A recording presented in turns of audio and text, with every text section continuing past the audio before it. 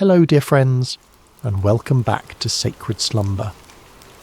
Before we begin tonight's story, I hope your day has been filled with blessings and peace.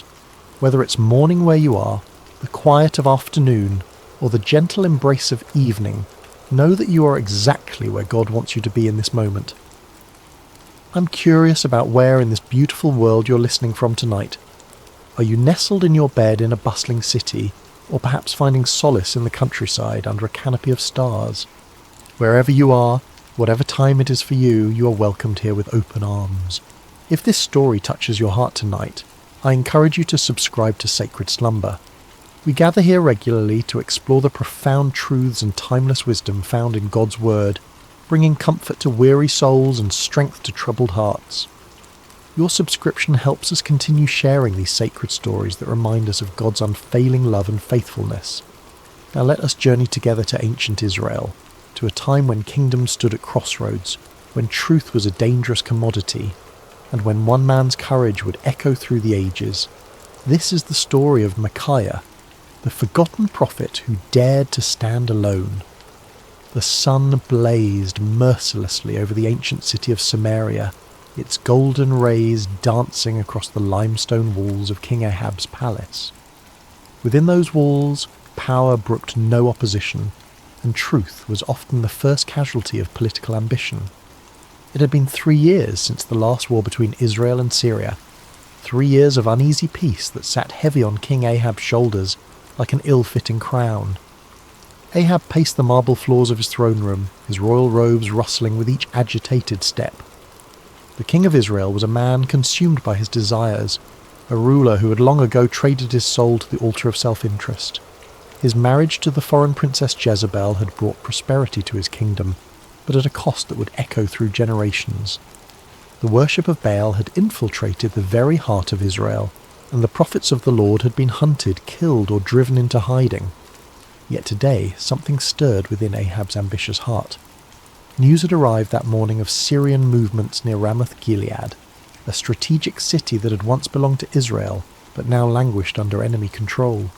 The city's location made it a prize worth fighting for, a gateway that could secure trade routes and strengthen his kingdom's eastern border. As Ahab contemplated this opportunity, word came that King Jehoshaphat of Judah was approaching Samaria with a considerable entourage. Jehoshaphat was everything Ahab was not. A king who sought the Lord's face, who had torn down the high places of idol worship, and who ruled with righteousness as his compass. The irony was not lost on Ahab that he would need the help of such a man to achieve his ambitions. The great doors of the throne room swung open with a resonant boom, and Jehoshaphat entered with the dignity befitting a king of David's lineage. He was a man of medium stature but commanding presence, his beard meticulously groomed, and his eyes holding the wisdom of one who had walked closely with the Almighty. Behind him came his advisors and military commanders, their expressions respectful but cautious, as they entered the domain of Israel's controversial king. "Jehoshaphat, my brother," Ahab called out, his voice echoing through the vast chamber as he descended from his throne. "Welcome to Samaria. Your presence brings honour to my house." The two kings embraced in the customary greeting, though those who knew them well could sense the underlying tension. Jehoshaphat had come seeking alliance, but his heart was troubled by what such an alliance might require of him. "Ahab," Jehoshaphat replied warmly, though his eyes remained watchful. "It has been too long since we have spoken face to face. The Lord has blessed both our kingdoms with peace these past years." "Indeed," Ahab agreed, gesturing toward the laden tables his servants had prepared. "Come, let us feast together and speak of matters that concern us both."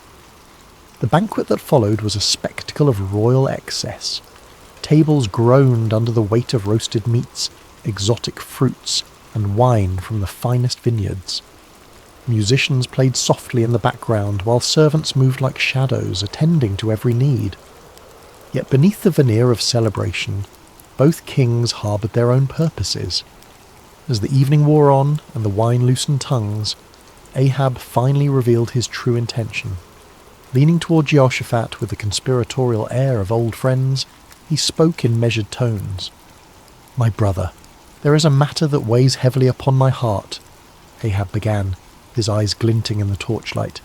"You know that Ramoth-Gilead belongs to us, yet it remains in the hands of the king of Syria. Should we not take back what is rightfully ours?" Jehoshaphat set down his goblet carefully, his expression growing thoughtful.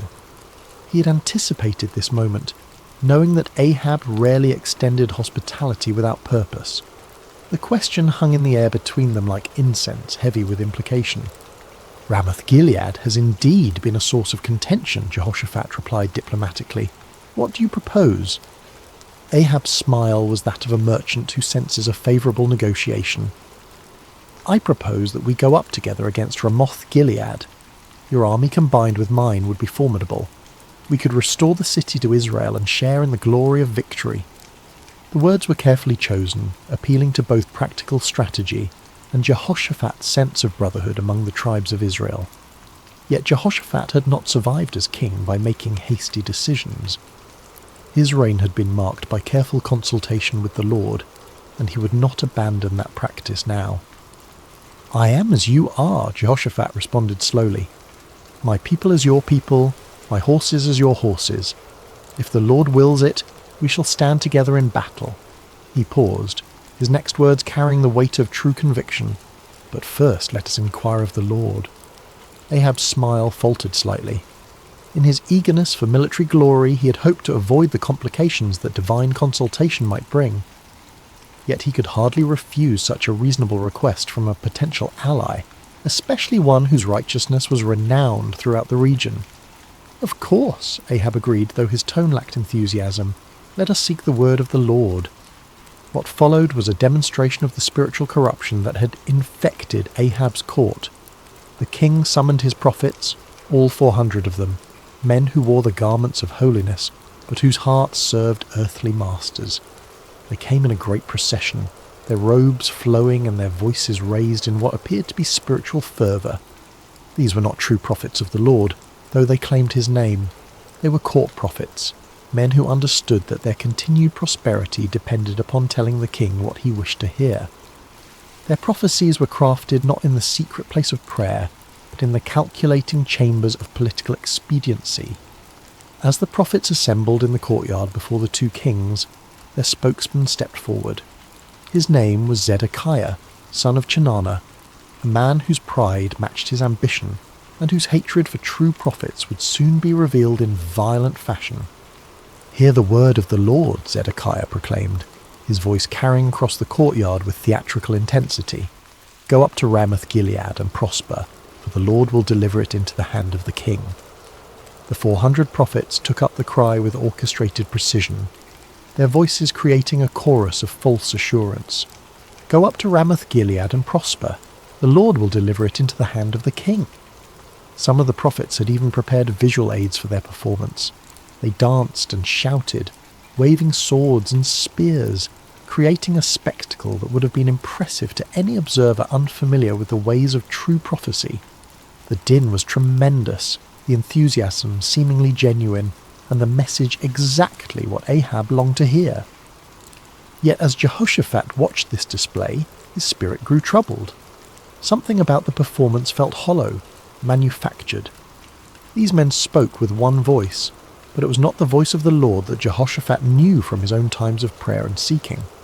There was no cost to their prophecy, no challenge to the king's desires, no hint of the divine complexity that marked true encounters with the Almighty.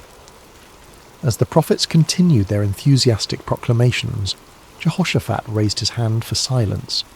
The courtyard gradually quieted, though the echo of their shouts seemed to linger in the air like smoke from a dying fire. "Is there not here a prophet of the Lord besides these?" Jehoshaphat asked carefully, "that we might inquire of him?" The question fell like a stone into still water, sending ripples of discomfort through the assembly. Ahab's face darkened, and several of the court prophets exchanged meaningful glances. They all knew there was indeed another prophet, one whose very existence was a thorn in the flesh of everyone present. Ahab's response came through gritted teeth, his voice barely concealing his irritation. "There is still one man, Micaiah the son of Imlah, by whom we may inquire of the Lord. But I hate him, for he does not prophesy good concerning me, but evil." The honesty of Ahab's admission was startling in its nakedness. Here was a king openly declaring his hatred for a prophet based not on any moral failing or false prophecy, but simply because the man refused to tell him what he wanted to hear. It was a moment that revealed the true spiritual state of Israel's leadership. Jehoshaphat, ever the diplomat, sought to smooth over the awkward moment. "Let not the king say such things," he replied gently, though his words carried a subtle rebuke. Ahab realized he had revealed too much of his heart. With visible effort he composed himself and called for one of his officers. "Bring Micaiah the son of Imlah quickly," he commanded, though his tone suggested he would rather summon a plague upon his house. As the officer hurried away on his grim errand, the two kings settled in to wait. The 400 prophets remained in the courtyard, their earlier enthusiasm now tempered by the knowledge that their unanimous voice was about to be challenged by a single man they both feared and despised. The sun continued its relentless journey across the sky, and in the distance the sound of the officer's horse could be heard galloping toward the place where truth dwelt in isolation, where a forgotten prophet waited in the shadows of his integrity. The horse's hooves struck the dusty road with rhythmic precision as the king's officer rode toward the humble dwelling where Micaiah made his home. The prophet lived simply, far from the luxury of the royal court, in a stone house that spoke of function rather than ostentation. Here, away from the corrupting influence of political power, dwelt a man who had chosen faithfulness over favour, truth over comfort. Micaiah son of Imlah was not an imposing figure by earthly standards. Of average height and lean build, he bore the weathered appearance of one who had walked through many storms. His beard was streaked with silver, and his eyes held the deep weariness of a man who had spoken unpopular truths for too many years. Yet there was something unbreakable in his demeanour, a quality that suggested he had found his anchor in something far stronger than human approval. When the king's messenger arrived, Micaiah was in his garden, tending to the vegetables that provided much of his sustenance. The prophet lived modestly, supported by the occasional gifts of those few souls who still valued truth above comfort. He had long ago learned to find contentment in simple things, the satisfaction of honest work, the peace of prayer, and the quiet joy of communion with the Almighty. "Micaiah," the officer called out as he dismounted, "the king commands your presence immediately." The prophet looked up from his work, unsurprised. He had sensed in recent days that the Lord was preparing him for something significant. His prayers had been marked by an unusual intensity, and his dreams had been filled with visions he did not yet fully understand. "Very well," Micaiah replied simply, setting aside his tools. "Let me wash and prepare myself." As Micaiah went about the task of making himself presentable for the royal court, the officer felt compelled to share information that might save the prophet from making a costly mistake. The man had witnessed what happened to those who crossed King Ahab, and despite his loyalty to the crown, he possessed enough humanity to feel concern for this solitary figure. "Listen to me, Micaiah," the officer said, his voice dropping to a confidential tone. "The words of the prophets declare good to the king with one mouth. Let your word be like the word of one of them, and speak favourably." It was well-intentioned advice, offered by a man who understood the political realities of Ahab's court. The officer had seen the 400 prophets deliver their unanimous message of victory and prosperity. He knew that Micaiah's reputation for speaking uncomfortable truths could lead to imprisonment, exile, or worse. In his mind, he was offering the prophet a lifeline, a chance to align himself with the majority and avoid the consequences of standing alone. Micaiah paused in his preparations, considering the messenger's words. The offer was clear: conform, agree with the crowd, tell the king what he wants to hear, and enjoy the benefits of royal favour.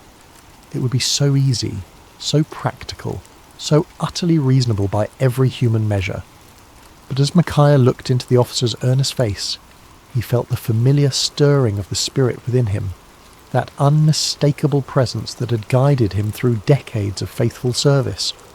The Lord had not called him to an easy path, but he had never failed to provide strength for the journey. "As the Lord lives," Micaiah replied with quiet dignity, "whatever the Lord says to me, that I will speak." The words hung in the air between them, a declaration of absolute commitment that left no room for compromise. The officer's face showed his disappointment and concern, but he knew better than to argue further. He had delivered his warning. What the prophet did with it was beyond his control. The journey back to Samaria was made in relative silence, the officer pondering the stubborn integrity of his passenger, while Micaiah prayed and prepared his heart for whatever lay ahead. As they approached the city, the prophet could see the banners of both Israel and Judah flying from the palace walls, confirming his suspicion that this summons involved more than a routine consultation. The palace courtyard was a scene of controlled chaos when they arrived. Servants scurried about preparing for what appeared to be an important gathering, while guards stood at attention in their finest armour. The 400 prophets were still present, clustered in small groups and speaking in hushed tones. Their earlier enthusiasm had given way to a more subdued attitude, though their confidence in their message remained unshaken. As Micaiah dismounted and followed the officer toward the throne room, he could feel the weight of many eyes upon him. Some looks were curious, others hostile, and a few held the barely concealed contempt of those who viewed his independence as a personal affront. He had grown accustomed to such reactions over the years, understanding that his very presence served as an uncomfortable reminder of the spiritual compromise that permeated the court. The great doors opened before them, revealing the opulent throne room where Kings Ahab and Jehoshaphat waited. The contrast between the two rulers was immediately apparent even to a casual observer.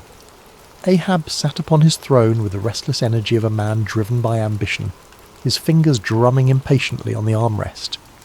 Jehoshaphat, seated in a chair of equal honour nearby, maintained the composed dignity of one accustomed to seeking divine guidance before making important decisions.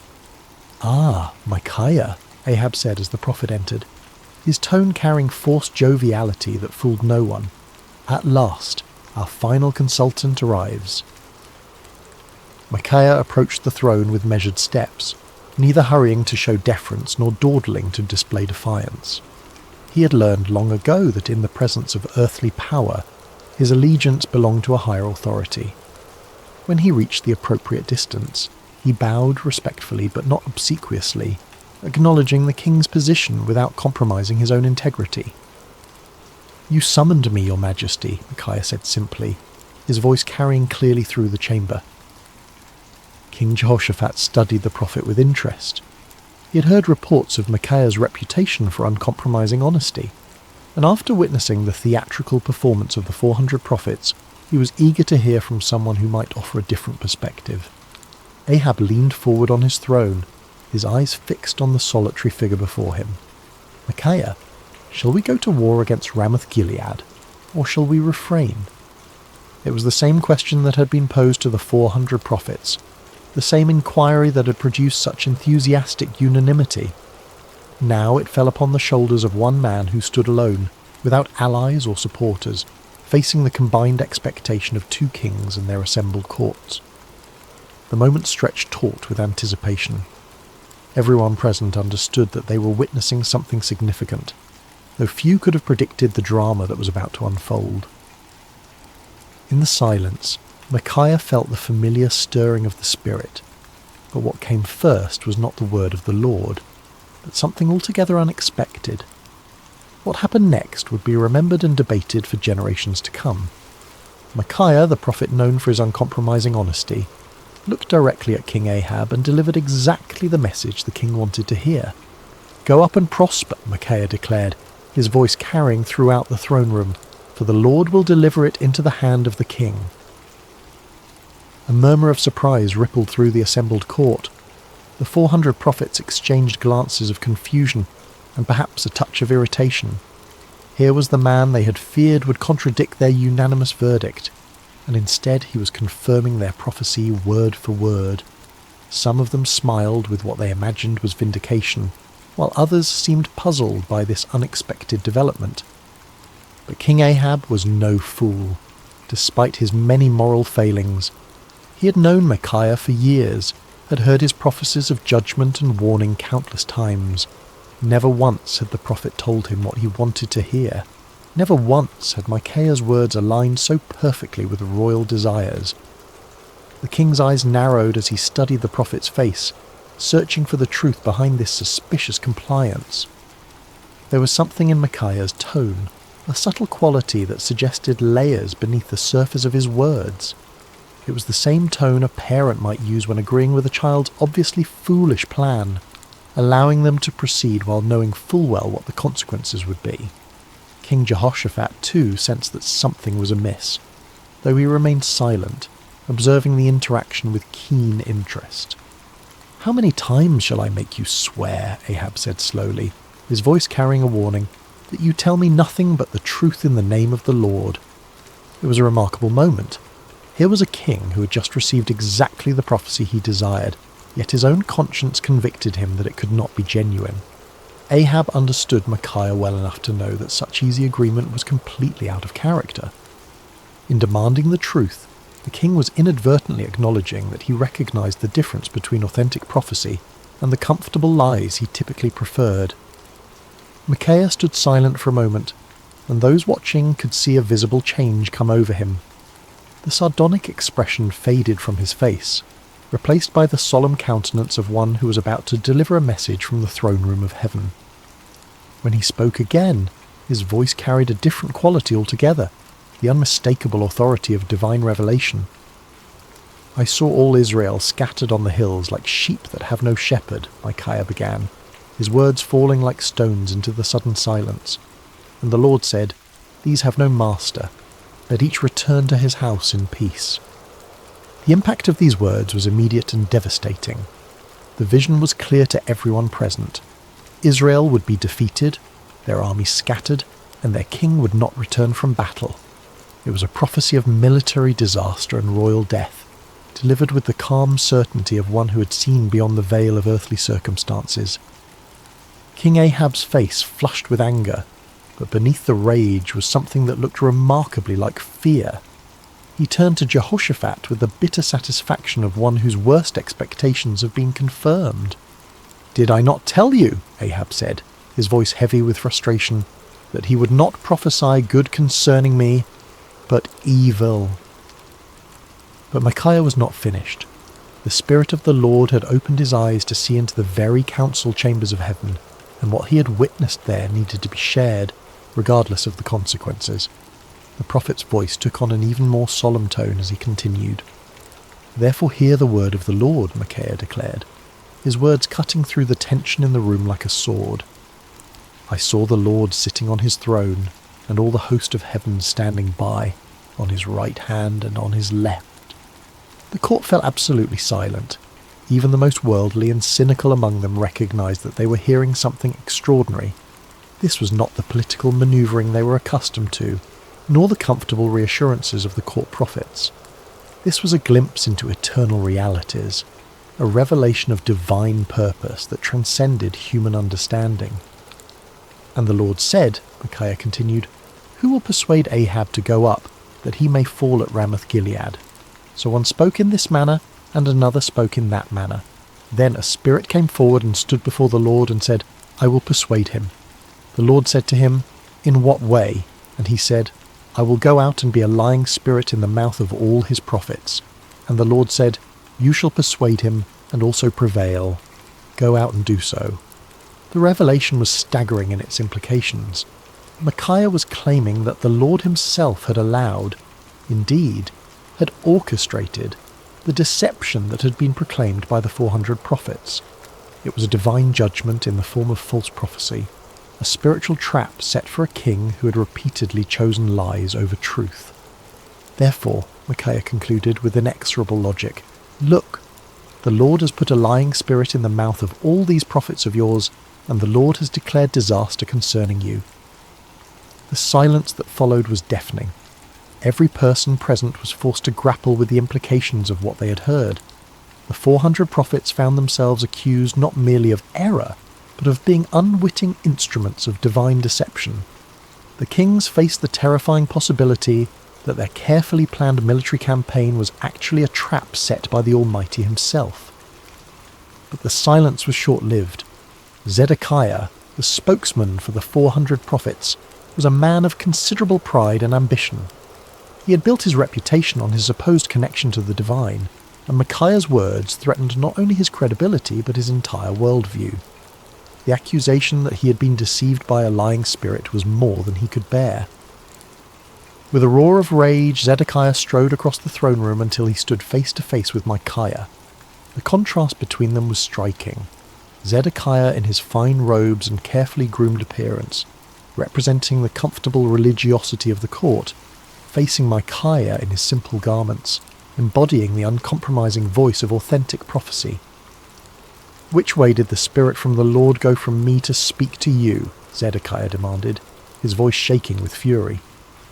It was a desperate attempt to challenge Micaiah's authority, to suggest that if anyone possessed a connection to the divine, it was surely the spokesman for 400 prophets rather than this isolated troublemaker. But before Micaiah could respond, Zedekiah's anger overwhelmed his judgment entirely. The sound of the slap echoed through the throne room like a thunderclap. Zedekiah had struck Micaiah across the face with sufficient force to stagger the prophet, leaving a red mark on his cheek that would serve as a visible reminder of what it cost to speak truth in the face of comfortable lies. The act of violence hung in the air like a poisonous cloud. No one moved or spoke, shocked by the sudden transition from theological debate to physical assault. Micaiah slowly straightened, touching his cheek where Zedekiah's hand had left its mark. When he looked up, there was no anger in his eyes, no desire for retaliation. Instead, there was a sadness that seemed to encompass not only his immediate situation, but the entire spiritual state of the nation. "Indeed," Micaiah said quietly, his voice carrying despite its gentle tone, "you shall see on that day when you go into an inner chamber to hide." It was both prophecy and promise. The day would come when Zedekiah's false confidence would crumble, when the reality of divine judgment would force him to seek shelter from the consequences of his deception.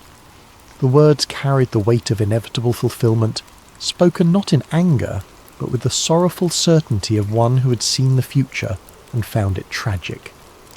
King Ahab had heard enough. The prophet's words had struck too close to uncomfortable truths, had challenged too directly the comfortable illusions upon which he had built his reign. The vision of divine deception, the prophecy of military disaster, the humiliating suggestion that his 400 prophets were unwitting instruments of judgment, all of it combined to create a rage that demanded immediate action. "Take Micaiah," the king commanded, his voice sharp with fury, "and return him to Ammon, the governor of the city, and to Joash the king's son, and say, 'Thus says the king, put this fellow in prison, and feed him with bread of affliction and water of affliction until I come in peace.'" The order was both punishment and insurance policy. By imprisoning Micaiah until his safe return from battle, Ahab was attempting to nullify the prophecy through royal decree. It was a desperate act of defiance against divine judgment, a futile attempt to bind the word of the Lord with chains and prison walls. But Micaiah was not finished. Even as the guards moved toward him, even as the shadow of imprisonment fell across his path, the prophet had one final word to speak. His voice rang out across the throne room with the clarity of absolute conviction. "If you ever return in peace, the Lord has not spoken by me." The words were a direct challenge to royal authority, a public declaration that put Micaiah's credibility as a prophet on the line. He was essentially saying that if Ahab returned safely from battle, then everyone present should conclude that Micaiah was a false prophet deserving of death. It was the ultimate expression of confidence in the word he had received from the Lord. But Micaiah was not content to let his challenge rest with the immediate audience. Looking around the throne room at the assembled courtiers, nobles and servants, he raised his voice even louder. "Mark it, all you people." It was a call to witness, an appeal to everyone present to remember this moment and test the validity of his prophecy against future events. The prophet was willing to stake everything, his reputation, his freedom, possibly his life, on the truth of what he had spoken. It was a level of certainty that transcended human confidence and entered the realm of divine assurance. As the guards seized Micaiah's arms and began to lead him away, the throne room erupted in a buzz of conversation. Some whispered among themselves about the prophet's boldness. Others debated the implications of his vision, and still others tried to process the dramatic confrontation they had just witnessed. Through it all, the 400 prophets maintained their uncomfortable silence, uncertain how to respond to accusations that struck at the very heart of their prophetic claims. King Jehoshaphat watched the proceedings with deep concern. The righteous king of Judah had requested divine counsel, and what he had received was a prophecy that directly contradicted his military plans and predicted disaster for his ally. Yet something in Micaiah's bearing, some quality of authentic conviction, made it impossible to dismiss his words as the ravings of a madman or the spite of a disgruntled prophet. As Micaiah was led away, his footsteps echoing through the palace corridors, he felt no bitterness toward his captors or self-pity for his situation. He had spoken the word of the Lord faithfully, regardless of the consequences, and that obedience brought a peace that transcended his circumstances. The prison cell that awaited him might confine his body, but his spirit remained free, anchored in the unshakable certainty that he had been faithful to his calling. The cell where Micaiah was imprisoned was a far cry from the luxury of the royal court. Built of rough stone with a small barred window that provided minimal light, it was designed for punishment rather than comfort. The bread of affliction and water of affliction promised by the king proved to be exactly that, meagre rations calculated to sustain life while providing a constant reminder of a royal displeasure. Yet in that dark cell, Micaiah found something that had eluded him in the freedom of his simple home, absolute clarity about his purpose and calling. Stripped of all earthly comforts and securities, he was forced to rely entirely upon his relationship with the Lord. In the long hours of solitude, he prayed not for deliverance but for continued faithfulness, not for vindication, but for grace to endure whatever lay ahead. Meanwhile, preparations for war continued with increasing intensity.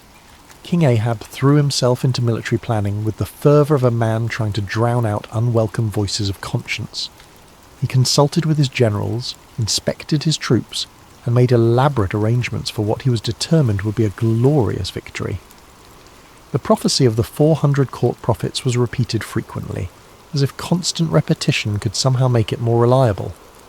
King Jehoshaphat, however, found himself deeply troubled by the day's events. The contrast between the theatrical unanimity of the 400 prophets and Micaiah's stark authenticity had left him with serious doubts about the wisdom of the planned campaign. Yet he had given his word to stand with Ahab, and the political implications of backing out now were significant. As the day of departure approached, Ahab made one final attempt to circumvent the prophecy that haunted his thoughts. If the word of the Lord through Micaiah was true, then King Ahab was destined to die in battle. But perhaps, the king reasoned, he could outwit divine judgment through human cleverness. "I will disguise myself and go into battle," Ahab announced to his commanders, "but you put on your robes." It was a cunning plan. By dressing as an ordinary soldier while Jehoshaphat wore royal garments, Ahab hoped to deceive the enemy about his identity and location. If the Syrians could not identify him as the king of Israel, perhaps he could survive the battle and prove Micaiah wrong. It was the kind of tactical thinking that had served Ahab well in political manoeuvring, but he was about to discover that divine judgment operates by different rules than human conflict. The morning of battle dawned clear and bright, with a gentle breeze that carried the scent of wildflowers across the plains surrounding Ramoth Gilead. It seemed an unlikely day for the fulfillment of prophecy, too beautiful for the tragic events that were about to unfold. The armies of Israel and Judah had assembled in impressive formation, their banners flying proudly in the morning air, their weapons gleaming in the sunlight. King Ahab, disguised as a common soldier, moved among his troops with nervous energy. His royal armour had been replaced with the simple leather and bronze of an ordinary warrior, and his distinctive crown was nowhere to be seen. To any casual observer, he appeared to be merely another commander preparing for battle, yet those closest to him could sense his underlying anxiety, the tension of a man who was trying to outrun a divine decree. King Jehoshaphat, meanwhile, wore his royal robes with obvious reluctance. The righteous king of Judah had agreed to this deception as part of their military strategy, but his conscience troubled him. The memory of Micaiah's words weighed heavily on his mind, and he found himself offering frequent prayers for divine protection, and guidance. The Syrian army was formidable, well-trained and confident in their ability to defend their territory. Their king had given specific instructions to his 32 chariot commanders: fight with no one small or great, but only with the king of Israel. It was a strategic decision based on the understanding that killing or capturing the enemy king would effectively end the battle and secure victory. As the two armies faced each other across the field of battle, the air was thick with tension and anticipation. Horses stamped impatiently, armour creaked as soldiers shifted their weight, and commanders made final adjustments to their battle plans. In the distance, the walls of Ramoth-Gilead stood as silent witness to the conflict that was about to determine its fate. The battle began with the thunderous clash of armies colliding, the sound of metal against metal mixing with the shouts of warriors and the screams of the wounded. Chariots raced across the battlefield like instruments of divine wrath, their wheels churning up clouds of dust that obscured vision and added to the chaos of combat. For a time, it seemed as though Ahab's strategy might succeed. Hidden among his soldiers, the disguised king fought with the desperation of a man who believed his life depended on remaining unrecognized. His years of military experience served him well as he wielded sword and spear with deadly efficiency, contributing to the initial success of the Israelite forces. But the Syrian chariot commanders were not easily deceived. When they spotted King Jehoshaphat in his royal robes, they immediately assumed they had found their primary target. A group of them converged on the king of Judah with deadly intent, their chariots cutting through the battle lines like ships through stormy seas. "Surely it is the king of Israel," they shouted to one another as they closed in on Jehoshaphat. The king of Judah found himself surrounded by enemy chariots, their occupants preparing to capture or kill what they believed to be their primary objective. In that moment of extreme danger, Jehoshaphat did what he had learned to do throughout his reign. He cried out to the Lord for deliverance. "Help me, O Lord," Jehoshaphat called out, his voice carrying above the din of battle. What happened next was a clear demonstration of divine intervention.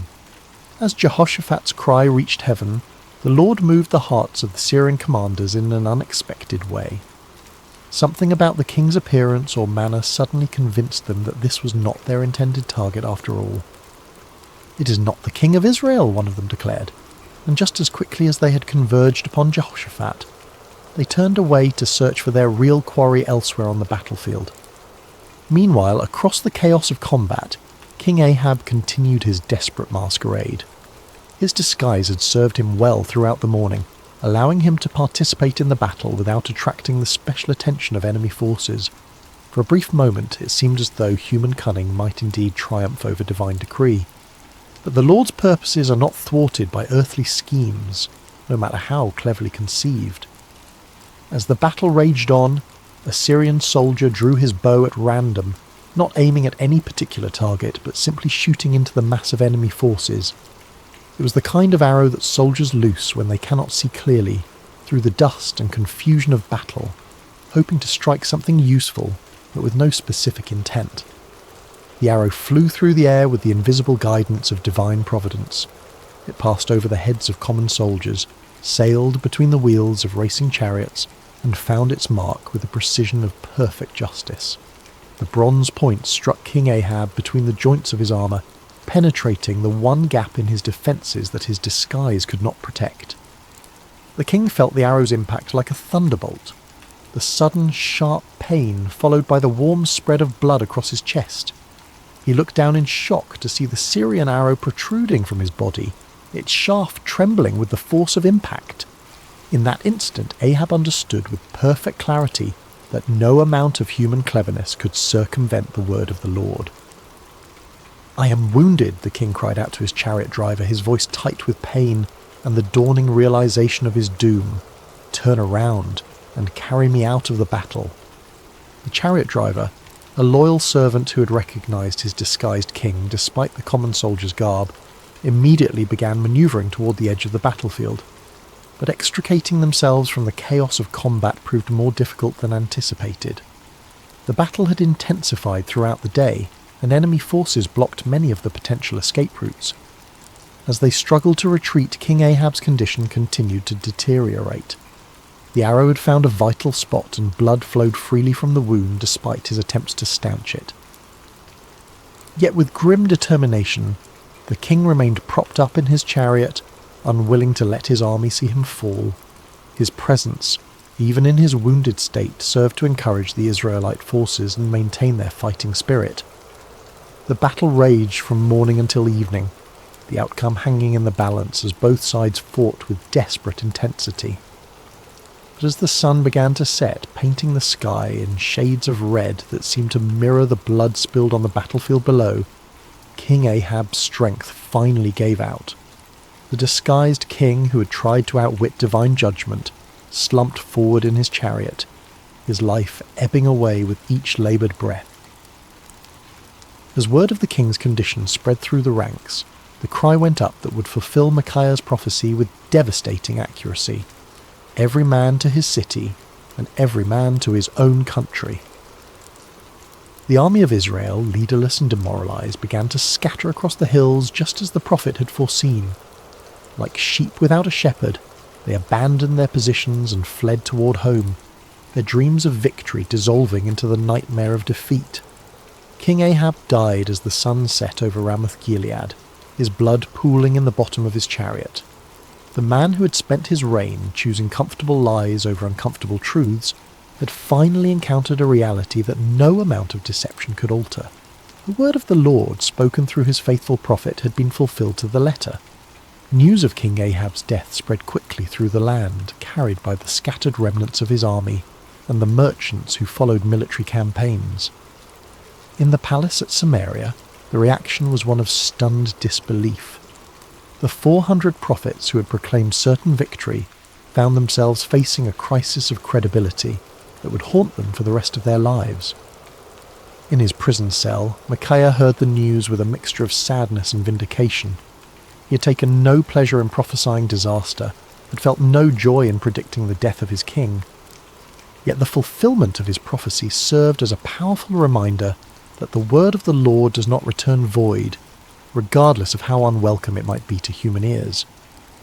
When the guards came to release him from prison, Micaiah emerged into the daylight a changed man. His body bore the marks of his confinement. He was thinner, paler, and bore the lines of one who had endured hardship.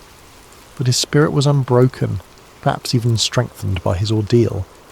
He had spoken truth in the face of overwhelming opposition, had maintained his integrity under pressure, and had been vindicated by the very events that had brought tragedy to the kingdom. The political ramifications of Ahab's death were immediate and far-reaching. His son Ahaziah ascended to the throne, inheriting a kingdom shaken by military defeat and spiritual confusion. The influence of Queen Jezebel remained strong, but the dramatic fulfillment of Micaiah's prophecy had dealt a severe blow to the credibility of the Baal-worshipping establishment. Zedekiah, the false prophet who had struck Micaiah in the throne room, found himself in an impossible position.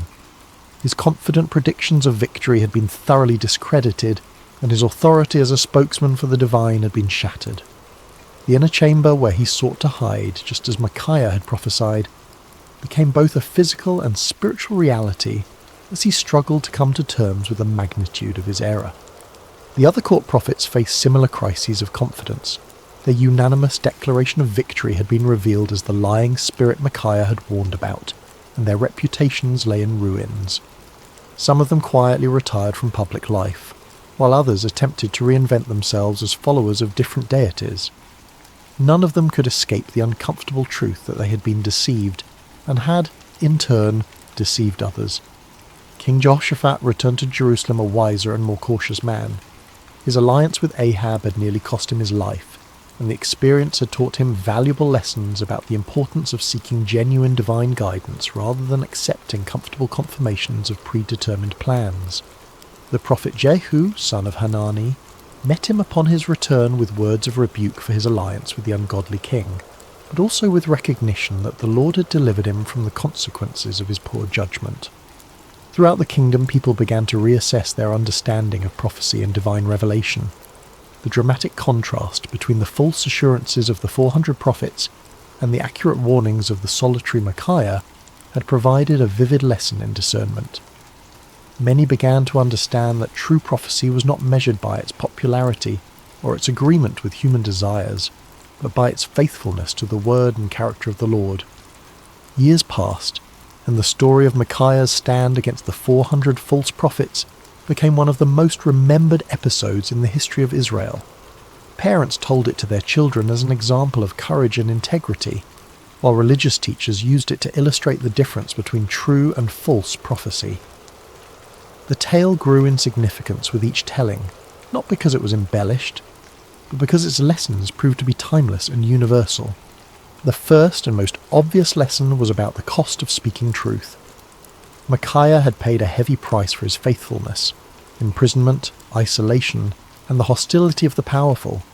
Yet his willingness to endure these hardships had ultimately served a greater purpose, preserving the integrity of prophetic ministry and providing a clear example of what it meant to fear God rather than man. His story became a source of encouragement for future generations of prophets and faithful believers who found themselves standing alone against popular opinion. The second lesson concerned the danger of groupthink and manufactured consensus. The 400 prophets had created an impressive display of unanimity, but their agreement had been based on political expediency rather than divine revelation. Their story served as a warning about the seductive power of majority opinion and the importance of seeking truth, even when it contradicted popular sentiment. The comfort of belonging to the crowd, they learned, was no substitute for the sometimes lonely path of authentic faith. The third lesson was perhaps the most theologically complex: the reality that God sometimes allows deception as a form of judgment. The lying spirit that had influenced the false prophets was not an independent force, but an instrument of divine justice, permitted by the Lord as part of his sovereign plan. This aspect of the story forced believers to grapple with difficult questions about the nature of divine sovereignty and human responsibility, helping them develop a more mature understanding of how God works in the world.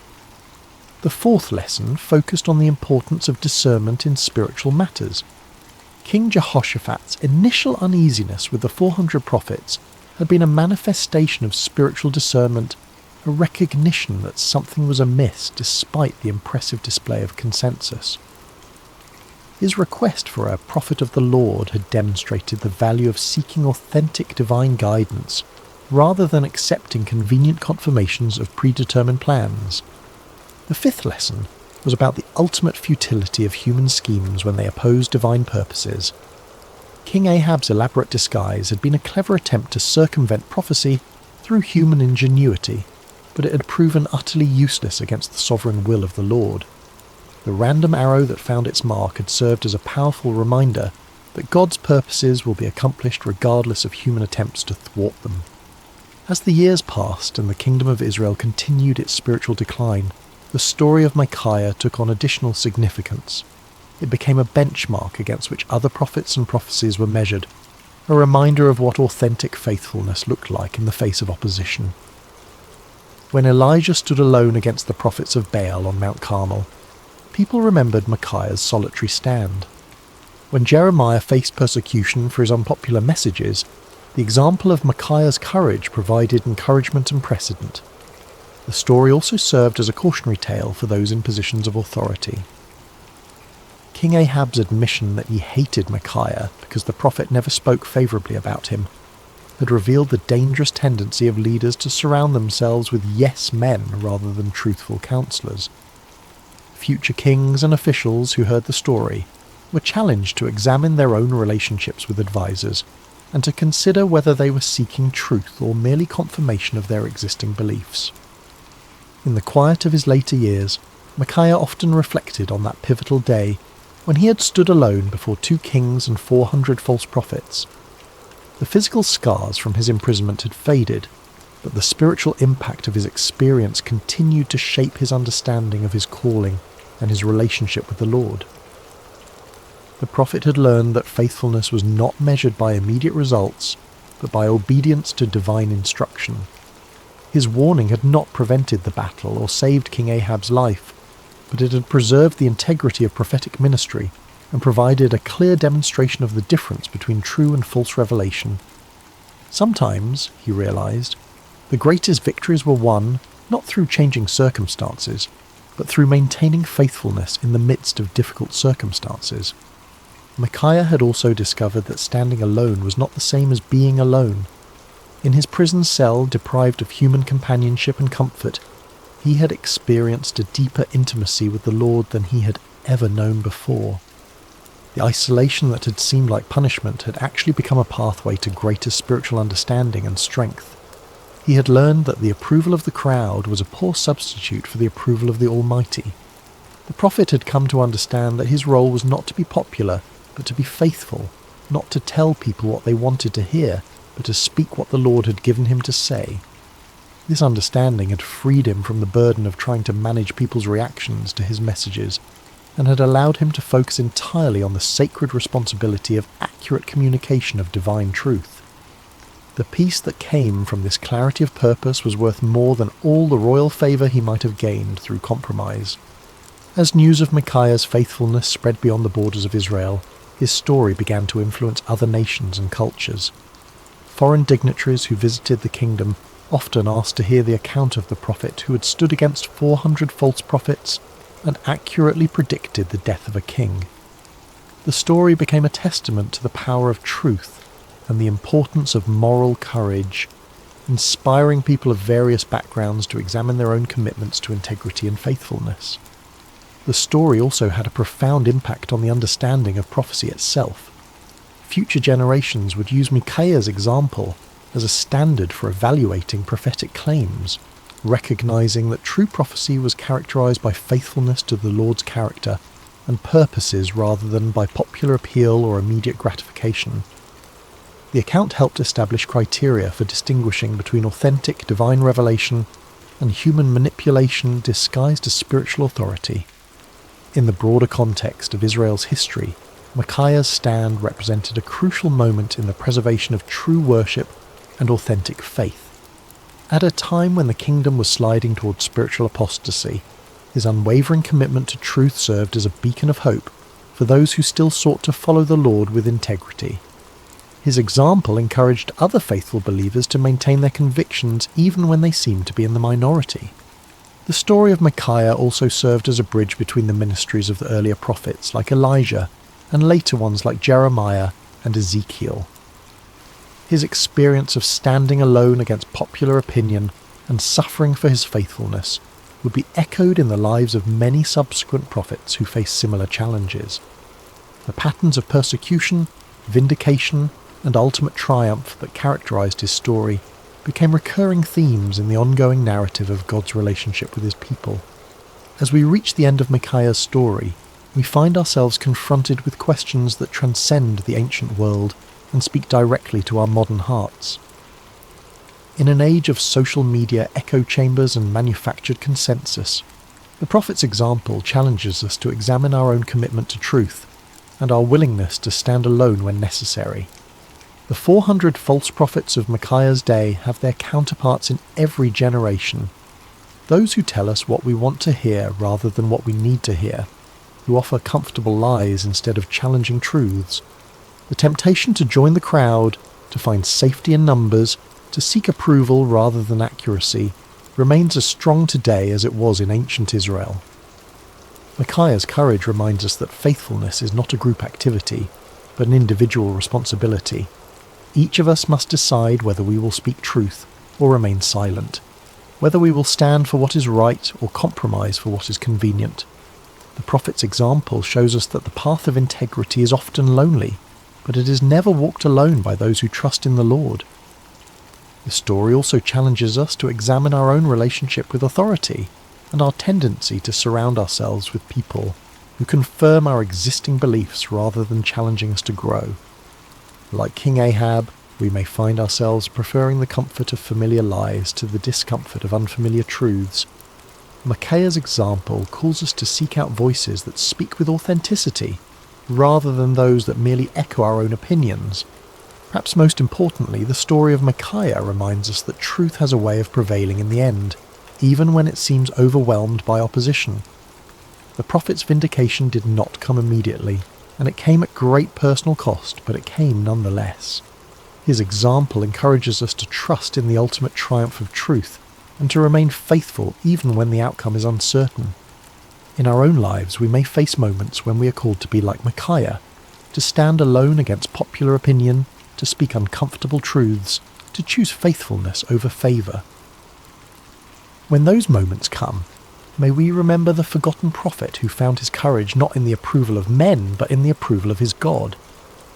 The story of Micaiah teaches us that true strength is not found in numbers, but in conviction, that real courage is not the absence of fear, but the willingness to do what is right despite our fears, and that lasting victory comes not from avoiding conflict, but from maintaining integrity in the midst of it. As you close your eyes tonight and drift towards sleep, may you carry with you the quiet courage of Micaiah, the man who dared to stand alone because he knew he was not truly alone. May his example inspire you to speak truth with love, to stand for what is right with humility, and to trust in the ultimate triumph of God's purposes even when the immediate circumstances seem overwhelming. In a world that often rewards conformity and punishes authenticity, may you find the strength to be like Micaiah, faithful, courageous, and true. For in the end, it is not the approval of the crowd that matters, but the approval of the one who sees all hearts and knows all truths. The forgotten prophet's story ends, but its echo continues in every heart that chooses truth over comfort, courage over convenience, and faithfulness over favour. May that echo sound clearly in your own life, guiding you toward the kind of integrity that leaves a lasting legacy long after the voices of the crowd have faded into silence. Rest well, dear friends, and may your dreams be filled with the peace that comes from knowing you serve a God who honours faithfulness, rewards courage, and never abandons those who trust in him. The story of Micaiah reminds us that in God's kingdom, standing alone with truth is always better than standing with the crowd in deception. Sleep peacefully, knowing that like Micaiah, you're never truly alone when you walk in the light of divine truth.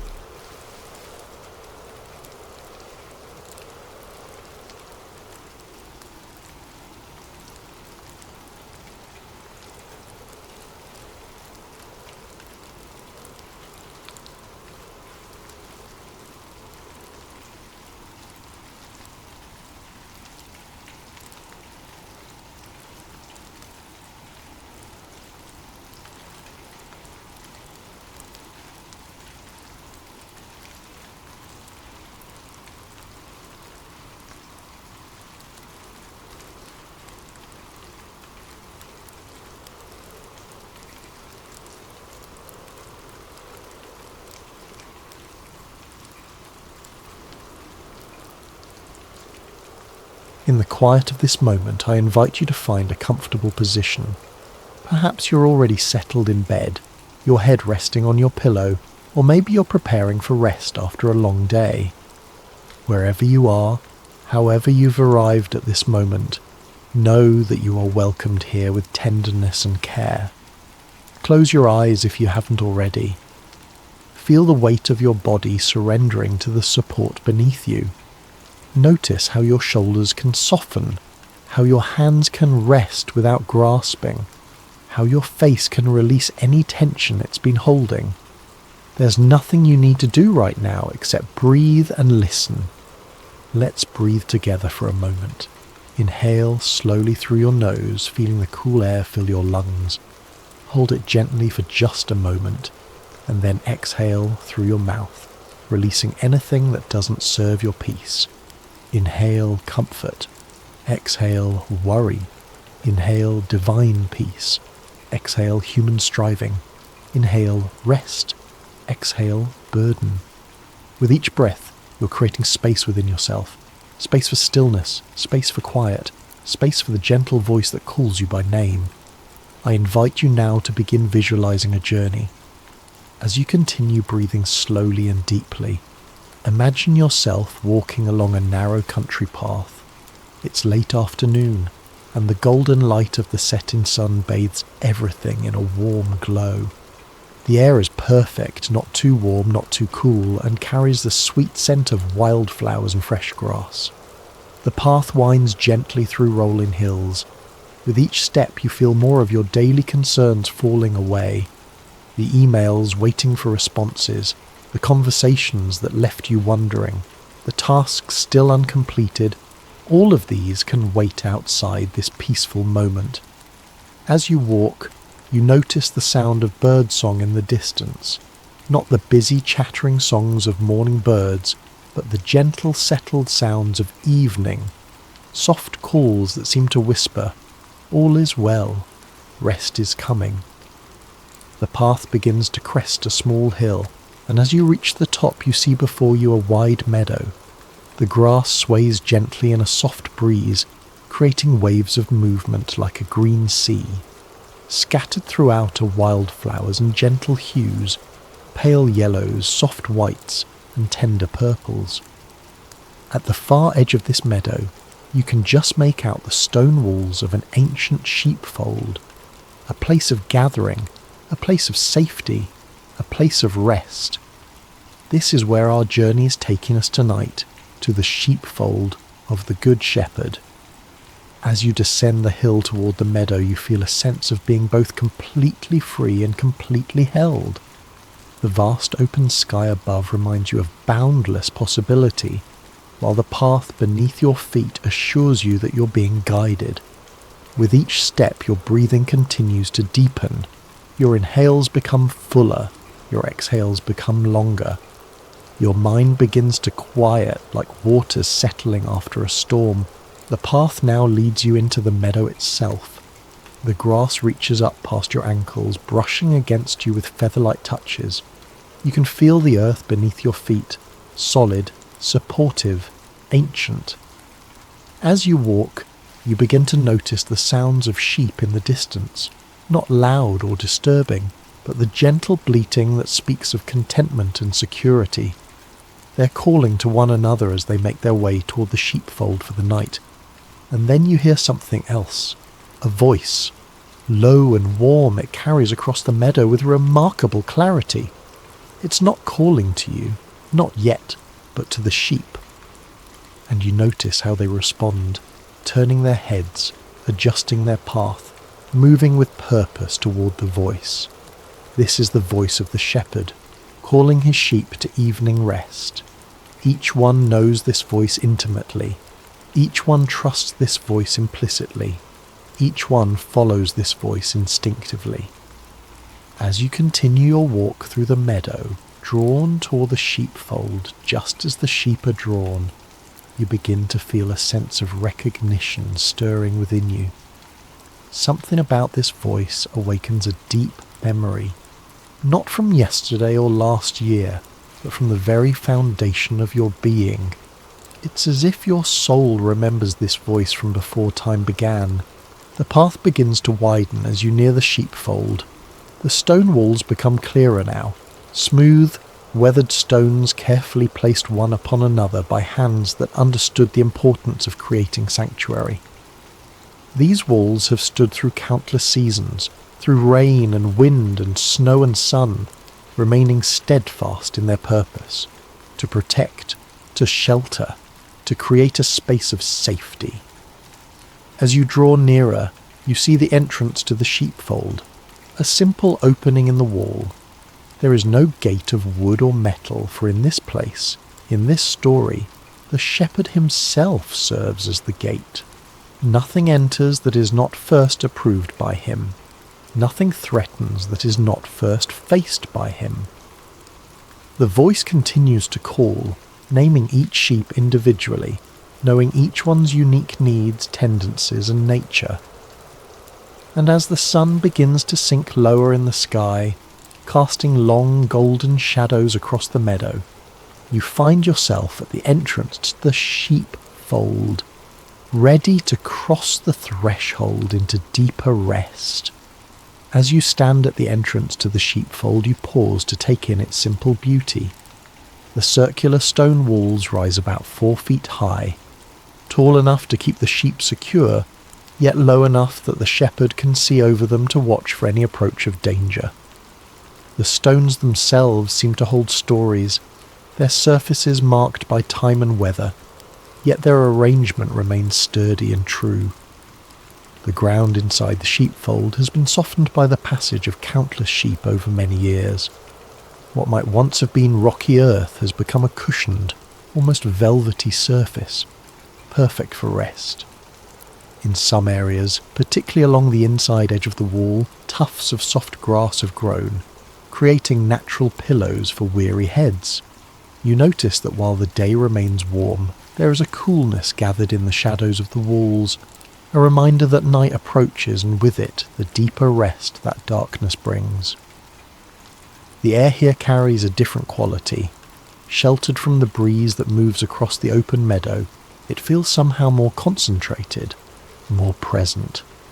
As you step inside, crossing the threshold where the shepherd stands watch, you feel a subtle shift in your awareness. The sounds of the wider world seem to soften. The concerns that normally occupy your thoughts recede further. Here, within these ancient walls, existence becomes simpler. There is no need to navigate complex decisions or manage difficult relationships. There's only the present moment, the approaching night, and the protective presence of the shepherd. You find a place to sit against the wall where the last rays of sunlight still warm the stones.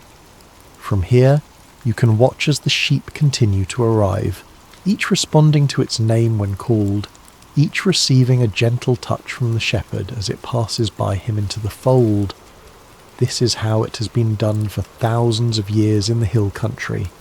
This ancient rhythm of call and response, of leaving the wide pastures for the secure fold, of trusting the one who leads and protects.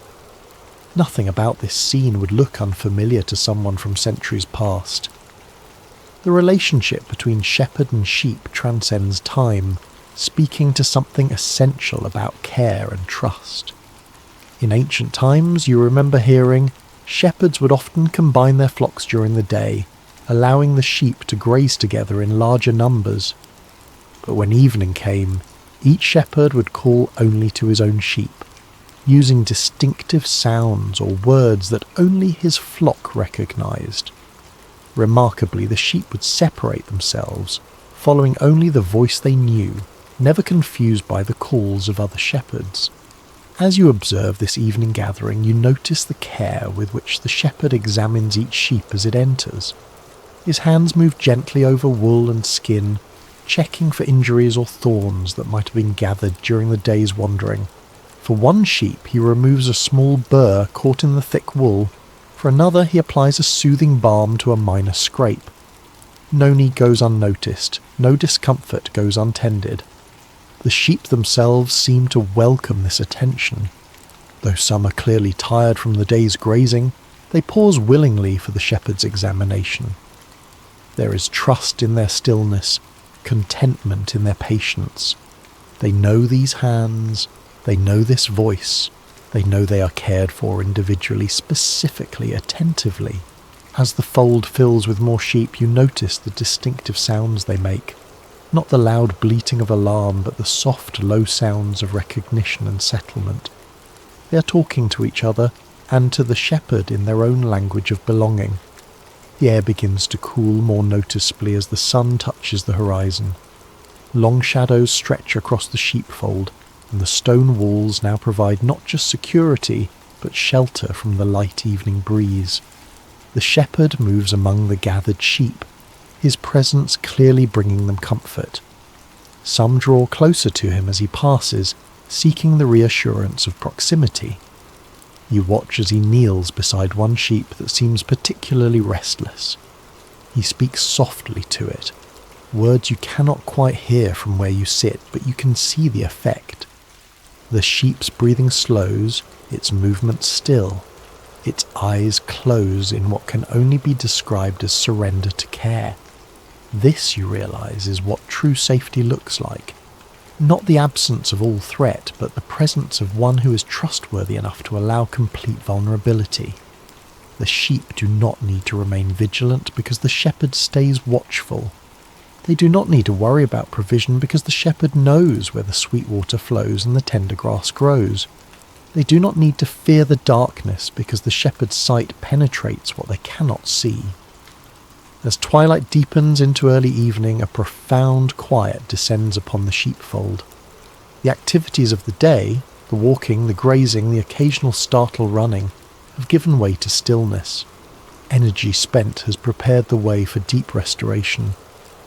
The shepherd now sits at the entrance to the fold, his back against one of the stone walls, his staff across his lap. From this position, he can see both outward across the meadow and inward to the gathered flock. Nothing approaches without his knowledge. Nothing disturbs without his permission.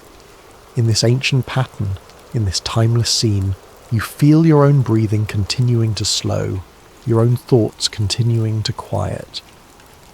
The simple rightness of this place seeps into your awareness. The stone walls that have sheltered generations, the soft earth that welcomes rest, the attentive presence that makes vulnerability safe. As night begins to embrace the world outside the fold, you feel yourself drawn deeper into the peace of this sanctuary. The voice of the shepherd, which first called across the meadow, now speaks in the silence of complete trust. And though no words are spoken aloud, you understand with perfect clarity. You are known. You are seen. You are safe. As the night deepens around the sheepfold, the stars begin to appear overhead. First one, then another, then suddenly a multitude, transforming the darkness into a vast canvas of light. The shepherd remains at his post, a silhouette of watchful presence against the night sky. In this moment of perfect stillness, words from ancient scripture rise in your mind, words that have brought comfort to countless souls through the centuries. The 10th chapter of John's Gospel, where Jesus describes himself as the Good Shepherd, speaks with particular resonance in this place of safety and rest. Listen now as the words flow gently into your consciousness.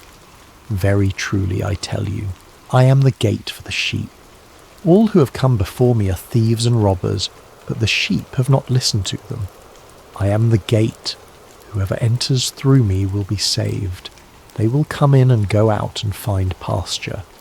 Pause and consider this image of the gate. In ancient sheepfolds like this one, the shepherd would often position himself in the opening of the wall, literally becoming the gate. Nothing could enter without passing by him first. No predator could threaten, no thief could steal, no sheep could wander away without encountering the shepherd's watchful presence. Imagine now what it means to have such protection. Not a cold barrier of wood or metal, but a living, attentive guardian who knows each one by name. This is not distant security, but intimate care. This is not impersonal safety, but relationship-based protection. The words continue to unfold. I am the Good Shepherd. The Good Shepherd lays down his life for the sheep. The hired hand is not the shepherd, and does not own the sheep. So when he sees the wolf coming, he abandons the sheep and runs away. Then the wolf attacks the flock and scatters it. The man runs away because he is a hired hand and cares nothing for the sheep. Reflect on the difference between hired protection and devoted care. The difference is not in skill or strength, but in relationship and commitment. The Good Shepherd's connection to the sheep is not a transaction but a bond. His protection flows not from duty but from love. As you gaze across the sheepfold, you can see this truth embodied in the shepherd's posture, alert but relaxed, vigilant but peaceful. His attention never wavers, yet it carries no tension. This is the watching that comes from love rather than obligation. The sacred text continues, I am the Good Shepherd. I know my sheep, and my sheep know me, just as the Father knows me, and I know the Father, and I lay down my life for the sheep. Imagine being known, fully known, and still loved without hesitation. Not the surface knowing of casual acquaintance, but the deep knowing that sees every fear, every hope, every quiet corner of your heart. The shepherd knows when you are afraid, when you are lonely, when you are in pain. He knows when you have wandered, when you have stumbled, when you have fallen, and still he calls your name with tenderness. This knowing is not one-directional. The sheep also know their shepherd. They recognize his voice among all others. They trust his guidance without question. They follow his leading with confidence because experience has taught them that he brings them to good places, to fresh water, to green pastures, to safe rest. As these words settle into your spirit, another passage emerges. My sheep listen to my voice. I know them, and they follow me. I give them eternal life, and they shall never perish. No one will snatch them out of my hand. There is a certainty in these words, a promise of security that transcends physical safety. The shepherd's care extends beyond the immediate dangers of wolves and thieves to the deeper threats of meaninglessness and separation. His protection covers not just the body but the soul. His provision satisfies not just physical hunger but spiritual longing. As you reflect on these words, you notice the sheep in the fold have arranged themselves in a pattern that seems both random and intentional. Some cluster together for warmth, others maintain a small space of separation. Some lie with their heads toward the centre, others face the walls. Each has found the position that brings them comfort, yet all remain within the protective circle of the shepherd's care. Is this not a beautiful picture of community within security? Unity without uniformity? Each sheep is different, in size, in age, in temperament, yet all are equally valued, equally protected, equally known by name. The night has fully embraced the world now. The meadow beyond the sheepfold lies invisible in darkness, but here within the circle of stone walls there is no fear of what cannot be seen. The shepherd's presence transforms the night from a time of vulnerability to a season of rest. One more passage rises in your awareness. I have other sheep that are not of this sheep pen. I must bring them also. They too will listen to my voice, and there shall be one flock and one shepherd. These words speak of expansion, of inclusion, of a circle of care that continues to widen. The shepherd's heart is not limited to those already gathered, but extends to those still wandering, still searching, still unsure of where they belong. As you let these ancient words settle deeply into your consciousness, you notice that the rhythm of your breathing is synchronized with the gentle rise and fall of the sleeping sheep around you. There is a harmony here, a natural community formed not by effortful connection, but by shared trust in the one who watches over all. The shepherd's eyes meet yours across the sheepfold, and in that glance you understand you too are invited into this circle of care. You too are known by name. You too are welcome to rest under the watchflies of the one who never slumbers. As the night grows deeper, something remarkable happens. The scene around you begins to shift, not in a jarring way, but with the gentle transformation of a dream unfolding. The walls of the sheepfold seem to dissolve, and you find yourself no longer sitting against the stones, but standing in an open field just as dawn begins to break on the horizon. The sheep are rising from their rest, stretching and shaking the night stillness from their bodies. The shepherd moves among them, speaking softly to each one, calling names that sound like music in the morning air. He turns to you now, his eyes finding yours with a gaze that feels at once ancient and immediate. With a small gesture of his hand, he invites you to join him as he prepares to lead the flock to fresh pastures. You rise and move toward him, feeling neither rushed nor hesitant. There is a rightness to this moment, as if it has been waiting for you through all the days of your life. "Come," he says, his voice both gentler and more compelling than you imagined. "Walk with me a while." As the sheep begin to follow the shepherd out into the wider fields, you find yourself walking alongside him. Not ahead, not behind, but beside, close enough to hear his breathing, to notice the deliberate placement of his feet on the earth, to feel the subtle movements of the air as he lifts his staff to guide the way. The morning unfolds around you in a symphony of sensory experiences. The earth beneath your feet feels solid yet yielding, supporting each step without resistance. The cool morning air carries the mingled scents of grass, wild flowers, and the earthy wool of the sheep. Light increases gradually as the sun climbs higher, illuminating the landscape in stages, first outlining the hills in gold, then filling the valleys with amber light, finally bathing everything in the clear radiance of full morning. You notice that the shepherd does not hurry. His pace is steady but unhurried, considerate of the youngest lambs and the oldest ewes. There is no sense of urgency, no anxiety about reaching a destination by a certain time. The journey itself holds as much importance as the arrival. The sheep need movement, the shepherd explains, seeming to read your thoughts, but they also need to feel secure in that movement. Too fast and they become anxious. Too slow and they begin to wander. The right pace creates both progress and peace. As you walk, you begin to notice how the sheep respond to the shepherd's voice. When he calls to one that has strayed too near a thorny thicket, it immediately adjusts its path. When he makes a particular clicking sound, the entire flock knows to pause and wait. When he sings a low melodic note, they gather more tightly together. "They know my voice," he says simply, "not just its sound, but its meaning." The path begins to ascend a gentle hill. As you climb, you notice how the shepherd positions himself, sometimes ahead to lead the way, sometimes behind to encourage those who lag, sometimes at the side to prevent wandering toward unseen dangers.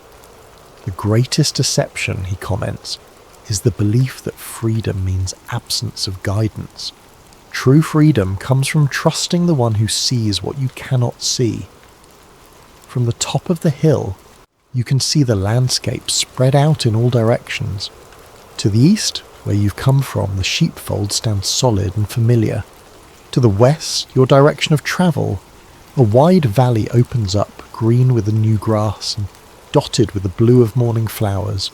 To the north and south, other hills rise, creating a natural corridor for your journey. The shepherd pauses here, allowing the sheep to rest for a moment and take in the wider view. He stands slightly apart, his eyes scanning the horizon with attentive care.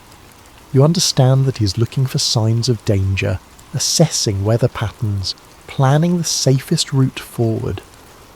"Every step we take has been imagined before we take it," he says, again responding to your unspoken thoughts. "I walk these paths in my mind before I walk them with my feet. That is how I can lead with confidence even into new territories." As the journey resumes, you begin to notice the distinct personalities of the sheep around you. Some walk with the confidence of experience, staying close to the shepherd out of choice rather than fear. Others move with the uncertainty of youth, sometimes darting ahead, sometimes falling behind, requiring more of the shepherd's attention. One sheep in particular catches your notice and slightly smaller than the others, with a slight limp that suggests an old injury. This one stays especially close to the shepherd, often walking directly beside him on the opposite side from where you walk. "This one knows her need," the shepherd says, his voice warm with affection. "She learned through difficulty what some never learn through ease, that proximity to me is better than independence from me. The sun is higher now, warming the air and bringing out the sweet scent of the crushed grass beneath your feet." The path descends into the valley, where a small stream cuts through the field, creating a natural stopping place. The sheep move eagerly toward the water, their thirst evident in their quickened pace. The shepherd guides them to the calmest part of the stream, where the water flows gently and the banks slope gradually. Here the sheep can drink without danger, refreshing themselves in the clear water. You kneel beside the stream yourself, cupping your hands to bring the cool water to your lips. It tastes sweeter than any water you've known before, clean and life-giving. "Rest here a while," the shepherd says, settling himself on a smooth rock nearby. The journey continues, but never without restoration along the way. As you sit by the stream, watching the sheep drink and then begin to graze on the lush grass that grows along the banks, you feel a profound sense of being exactly where you are meant to be. There is no striving in this moment, no anxiety about what comes next, no regret about what came before. There is only the present reality of being on the path with the shepherd, moving at his pace, resting at his direction, continuing under his care. The soft sound of the stream, the gentle movements of the grazing sheep, the watchful presence of the shepherd, all combine to create a sense of security so deep that you feel your entire being relaxing into it. This is what it means to be truly led, truly guided, truly known. As the sun reaches its zenith, bathing the valley in golden light, you close your eyes for a moment, allowing the warmth to wash over you. In this perfect stillness, you hear the shepherd's voice once more, not speaking to the sheep now, but to you. The path continues beyond what you can see, but do not be anxious about what lies ahead. I have walked it already. I know every turn, every hill, every valley, and I will never lead you anywhere that I have not prepared for you. As the afternoon light begins to soften, casting longer shadows across the valley, you open your eyes to find the shepherd standing before you, his hand extended in invitation. "Come," he says simply. "There is something I want to show you before the day ends." You rise and follow him, noticing that the sheep have settled into a gentle rhythm of grazing. They seem content to remain in this lush valley for now, secure in the knowledge that the shepherd remains near. He leads you to a small rise overlooking the stream, where a single tree offers dappled shade. Its branches spread wide, creating a natural canopy that filters the sunlight into patterns of golden shadow on the ground below. "Sit with me here," he says, settling himself against the trunk of the tree. As you join him in the shade, you realise you can see the entire flock from this vantage point. Every sheep is visible, from the confident leaders to the hesitant followers, from the strong to the vulnerable. The shepherd's gaze moves over them with attentive care, missing nothing.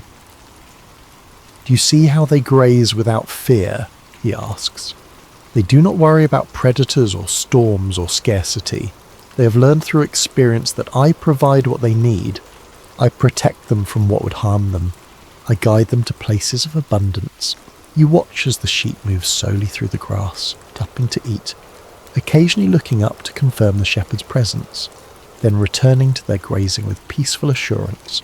"This is the gift I offer," the shepherd continues, "not the absence of all danger, but the presence of constant care, not the elimination of all difficulty, but the assurance of never facing it alone. Particularly small lamb catches your attention. It must be one of the newest born to the flock.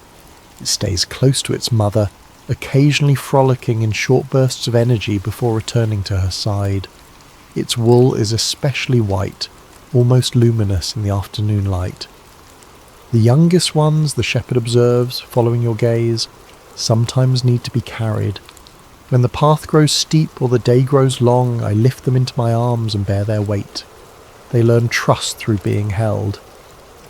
You consider this, the image of the strong shepherd carrying the vulnerable lamb, not with impatience at its weakness, but with tenderness for its need. "Do you know," he asks, turning to look directly at you, "that I would leave the 99 to find the one? If a single sheep wanders away, becomes lost, falls into danger, I go after it, not because it is more valuable than the others, but because each one is irreplaceable to me. Each one is known by name. Each one matters uniquely." The depth of commitment in his voice moves you deeply. This is not the impersonal care of a distant guardian, but the passionate attention of one who loves specifically, individually, completely.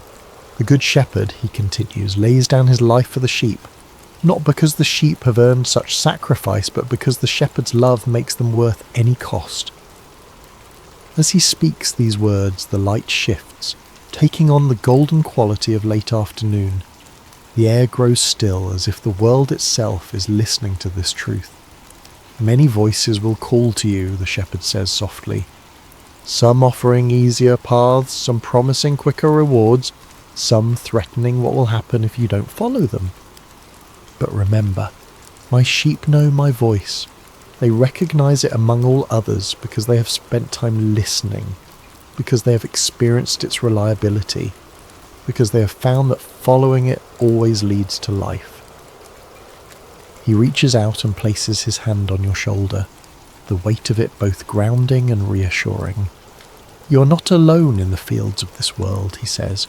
Even when you cannot see me, I am watching. Even when you cannot hear me clearly, I am speaking. Even when you wander, I am seeking. This is the promise I make to each one who belongs to me. You will never be forgotten, never be abandoned, never be left without guidance. The sun is beginning its descent toward the horizon now, painting the sky in shades of pink and gold. Soon it will be time to lead the sheep back to the safety of the fold for the night. Trust and rest, the shepherd says, his voice a gentle command. These are the twins of peace. Trust that I know the way forward. Rest in the knowledge that you are watched over. Together they create a quiet heart even in the midst of a noisy world. As these words settle into your spirit, you notice that your breathing has slowed to match the shepherd's. Deep, unhurried breaths that seem to draw peace directly from the air around you. Your body feels heavy with relaxation, as if every muscle has decided at once to release its tension. The voice of love is always near, the shepherd murmurs, his words becoming almost musical in their rhythm. Calling you by name, inviting you to follow, promising presence through every valley and on every mountain top. The sheep are beginning to gather more closely now, sensing the approaching evening. Their movements become slower, their grazing more intermittent. They are preparing for the journey back to the fold. Step by step, you are led to peace, the shepherd continues, his voice growing softer, not in great leaps or sudden flights, but in the patient unfolding of a path walked in trust. Each day has its portion of guidance, each moment carries its own light. He rises now, stretching his arms wide as if to embrace the entire flock at once. The setting sun behind him creates a halo effect, illuminating his outline with golden light. It is time to return to the fold, he says, extending his hand to help you rise. The day's journey concludes, but the care never ends. Through the night I watch, through the darkness I guard. When morning comes again, we continue the path together. As you stand, you feel a profound sense of renewal, as if the simple act of walking with the shepherd, listening to his voice, observing his care for the sheep has restored something essential within you. The worries that had weighed on your mind seem distant now, replaced by a calm certainty that you are known, you are valued, you are guided. The shepherd lifts his voice in a distinctive call that immediately draws the attention of every sheep. They respond with remarkable unity, moving toward him from all directions, gathering into a more cohesive group for the journey home. This is how it has always been, he explains as you begin to walk beside him, the flock following behind. The sheep scattered in feeding, gathered in travelling, diverse in their individual needs, united in their common trust, each one unique, yet part of a greater whole. The path back to the sheepfold seems somehow shorter than the journey out, as if the familiarity of returning home compresses distance itself. The evening light casts long shadows ahead of you, leading the way toward rest. You're safe, the shepherd says, his voice now barely above a whisper. You're loved. You're guided. These words repeat like a gentle refrain as you walk, matching the rhythm of your steps, synchronizing with your heartbeat. They are not just sounds but promises, not just comfort but truth. They sink deeply into your consciousness, creating a foundation of peace that feels both new and somehow always known. As the sheepfold comes into view, its stone walls glowing with the last light of day, you feel a sense of completion. Not the end of a glory, but the closing of a circle that will open again with the dawn. The shepherd leads the flock through the entrance, counting each one, greeting each by name, ensuring that all who went out have returned safely.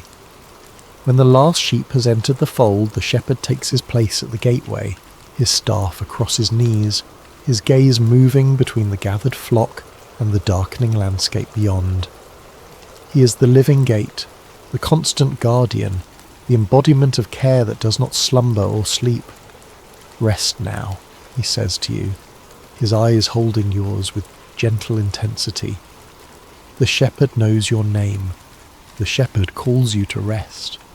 The voice of love is always near. As night embraces the world once more, as stars begin to appear in the darkening sky, you feel yourself surrounded by perfect peace, held in the care of the one who calls you by name, who leads you beside still waters, who restores your soul. In this sanctuary of trust, sleep comes not as escape but as gift, not as absence but as presence in the watchful love of the Good Shepherd. Thank you for joining me on this peaceful journey with the Good Shepherd. If these words have brought you comfort tonight, please consider subscribing to Sacred Rest for more scripture-inspired sleep stories. And I'd love to know where in the world you're listening from and what time it is there. May you rest deeply in the knowledge that you are watched over with perfect care through this night and always.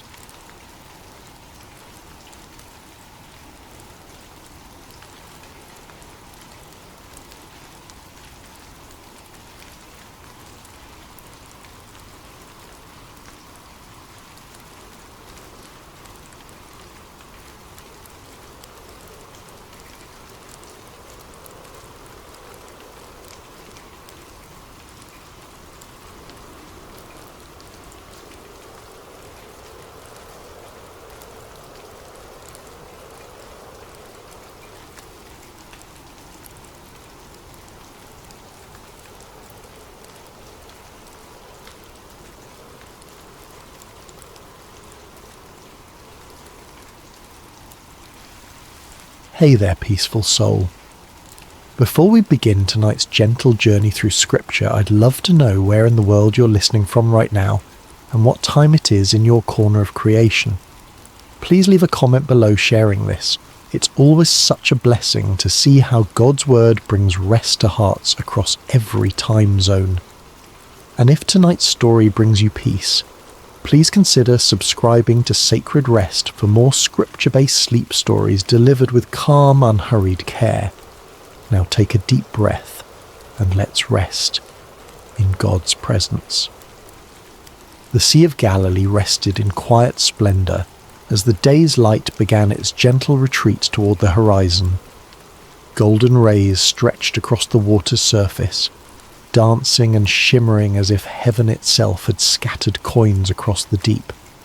It had been a full day, a day when crowds pressed in from every direction, hungry for wisdom, for healing, for a glimpse of this man who spoke as no one had spoken before. Jesus had been teaching since morning, his voice carrying across the gathered multitudes. He spoke of seeds falling on different soils, of tiny mustard seeds growing into sheltering trees, of hidden treasures and precious pearls. The kingdom of heaven, he said, was like these things, sometimes hidden, always valuable, growing in ways the human eye might miss. His words were simple yet profound, accessible yet mysterious, and the crowds hung on every syllable. But even the Son of God wrapped in human flesh grew weary. As the sun began its descent, Jesus looked out at his disciples with eyes that held both exhaustion and purpose. "Let us go over to the other side," he said simply. No fanfare accompanied these words, no dramatic declaration, just a quiet invitation to cross the sea. This is where our meditation begins tonight, with this small, seemingly unremarkable statement. Let us go over to the other side. 5 ordinary words that carried extraordinary meaning. For when Jesus says, "Let us go," he already knows what lies ahead. The storm that would soon rage was not a surprise to him. The fear that would grip his disciples' hearts was already known. The peace he would speak was already prepared. The disciples, eager to follow their teacher wherever he led, began to prepare the boat. Some of them were fishermen by trade: Peter, Andrew, James, and John. Their hands calloused and strong from years of casting nets and pulling oars. They knew this sea intimately, had crossed its waters countless times. This evening crossing seemed unremarkable to them, simply another journey in their extraordinary adventure with this remarkable man. Other followers bid Jesus and the disciples farewell from the shore, perhaps still pondering the parables they had heard throughout the day. The kingdom of heaven is like. These words would linger in their hearts as they returned to their homes, planting seeds of truth that would grow in ways they couldn't yet imagine. As the boat pushed away from shore, Jesus settled into the stern. A small cushion was placed there, nothing luxurious, just a simple comfort for the teacher's rest. Several of the disciples took up the oars, their strong arms working in rhythmic unison to guide the vessel forward. Others perhaps sat quietly, watching the shoreline recede or gazing up at the vast canvas of sky that was beginning to transition from azure blue to deepening indigo. The evening air was cool against their skin, a welcome relief after the heat of the day. Birds wheeled overhead, their silhouettes dark against the warming colours of sunset. Fish occasionally broke the surface of the water, creating ripples that expanded outward in perfect circles. All seemed peaceful, all seemed well. Jesus, his body surrendering to weariness, closed his eyes. The gentle rocking of the boat, the quiet splash of water against its sides, the distant calls of birds, these formed a lullaby that invited rest. And so he slept, his head resting on the cushion, his breath falling into the deep, steady rhythm of slumber. The disciples continued their work, some rowing, others perhaps talking quietly among themselves about the day's events. What did the Master mean by this parable or that? How had he known what was in the heart of the Pharisee who had challenged him? Would they truly understand all these mysteries someday, as he had promised? As twilight deepened into dusk, stars began to appear overhead. First one, then dozens, then hundreds, until the sky above was spangled with light. On any other night, this might have been a moment of transcendent beauty, a reminder of God's promise to Abraham that his descendants would be as numerous as these very stars. But those with experience on these waters noticed something concerning. The air had changed, becoming charged with an expectancy that seasoned fishermen recognized. A slight shift in the wind's direction, a subtle change in temperature, small signs that spoke volumes to those who knew how to read them. Peter exchanged glances with Andrew, then with James. No words were needed between men who had spent their lives on these waters. Something was coming. The sea, now growing restless beneath them, had secrets to tell. Yet Jesus slept on, his face peaceful in the gathering darkness. Did the disciples consider waking him then, when the first signs appeared? Did they debate among themselves whether to alert their teacher to the changing conditions? We don't know. Perhaps they chose to let him rest, confident in their own abilities to handle whatever came. Perhaps they thought the signs would come to nothing. As the boat continued its journey across the darkening waters, the shoreline they had left grew distant, a thin line of shadow against the night sky. Ahead lay their destination, the country of the Gerasenes, but it remained out of sight, beyond the curve of the horizon. They were in the middle space now, too far from where they had been to return quickly, not yet close enough to where they were going to find shelter. It is in these middle spaces of our lives that storms often find us. not when we're safely harboured, not when we've reached our destination, but in the vulnerable in-between, in the waiting, in the journeying, in the not yet there. The disciples could not know what lay ahead, but Jesus did. His rest was not the ignorant sleep of one caught unaware, but the peaceful repose of one who knows the end from the beginning. In this, there is profound comfort for us tonight as we rest. Whatever journey we're on, whatever middle space we find ourselves in, Jesus knows. He has already seen what we have not yet encountered. As our minds begin to slow and our bodies relax into this moment of rest, let us picture ourselves in that boat. Feel the gentle rocking beneath you. Hear the quiet splash of water against wood. See the stars appearing one by one in the vast expanse above, and know that Jesus is there with you, perfectly at peace even as the first winds of change begin to stir. It began with a whisper, a subtle change in the rhythm of the night. The stars that had shone so brightly overhead began to disappear, one by one, as clouds moved across the sky like silent spectators gathering for some celestial event. The gentle lapping of water against the sides of the boat grew more insistent, less soothing. The disciples, some of whom may have been drifting towards sleep themselves, grew more alert, their senses heightened by years of experience on these unpredictable waters. The Sea of Galilee, also known as Lake Gennesaret or the Sea of Tiberias, sits more than 600 feet below sea level, nestled in a basin surrounded by mountains. This unique geography creates a natural phenomenon well known to local fishermen. When cool air from the Mediterranean Sea, about 30 miles to the west, collides with the hot, humid air over the lake, sudden and violent storms can emerge with startling speed. This night would prove no exception to that natural law. One moment, the disciples were crossing in relative calm. The next, they found themselves battling a windstorm that seemed to descend upon them from nowhere. The Greek word used in Mark's Gospel to describe this storm is leilaps.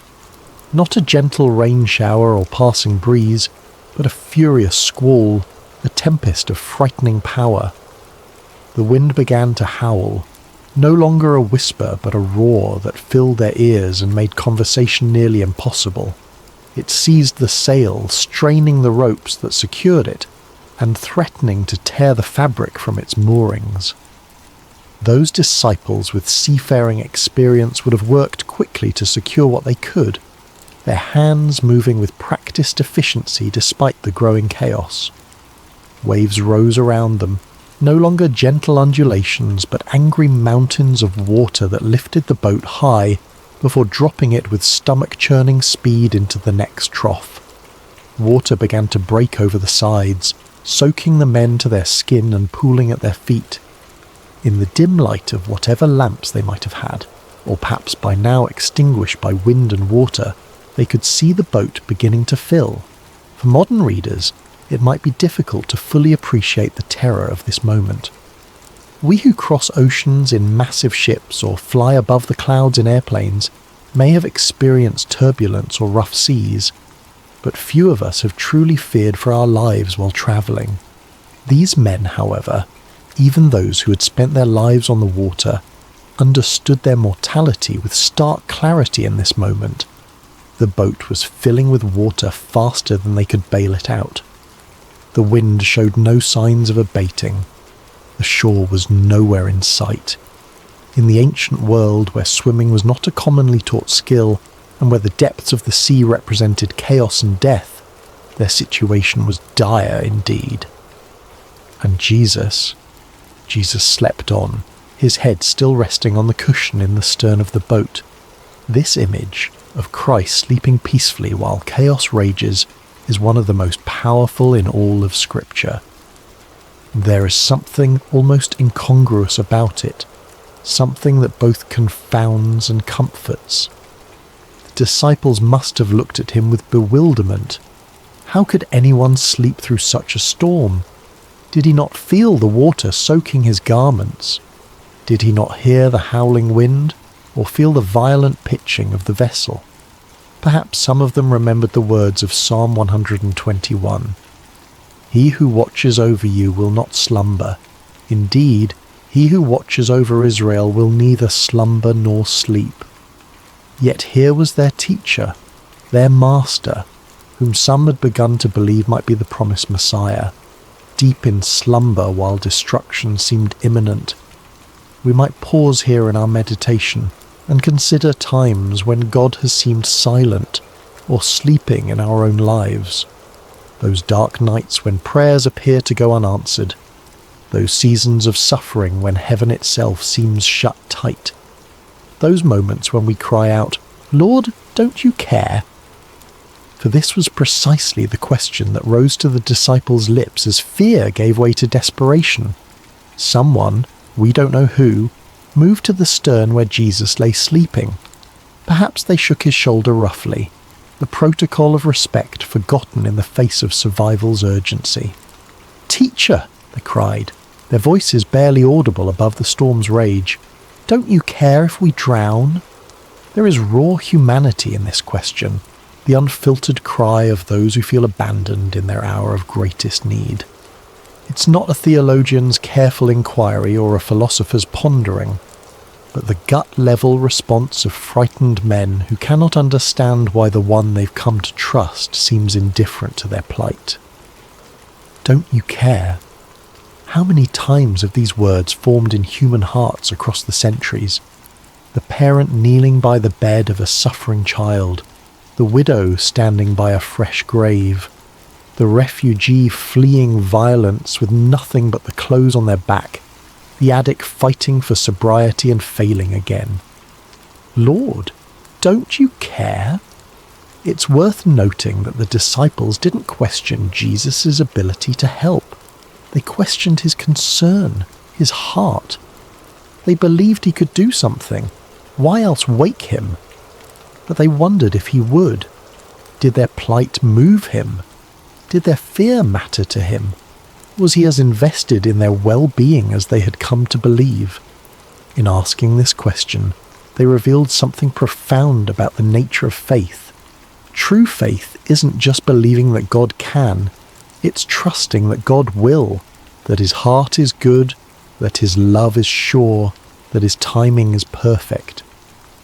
And this is often where our faith is tested most severely, not in questioning God's power, but in questioning his character, his concern, his care. As we continue to settle into rest tonight, let's acknowledge any storms that may be raging in our own lives. Perhaps there are circumstances that have caused us to wonder if God sees, if God cares. Like the disciples, we may have experienced moments of feeling alone in the tempest, questioning whether our prayers are heard. The beauty of this story, and the comfort it offers us even now, is that Jesus' response to their cry reveals the truth about his heart. But before we explore that response, let's sit for a moment with the reality of the storm itself. Feel the wind's force, hear its howl, see the waves crashing over the sides of the boat.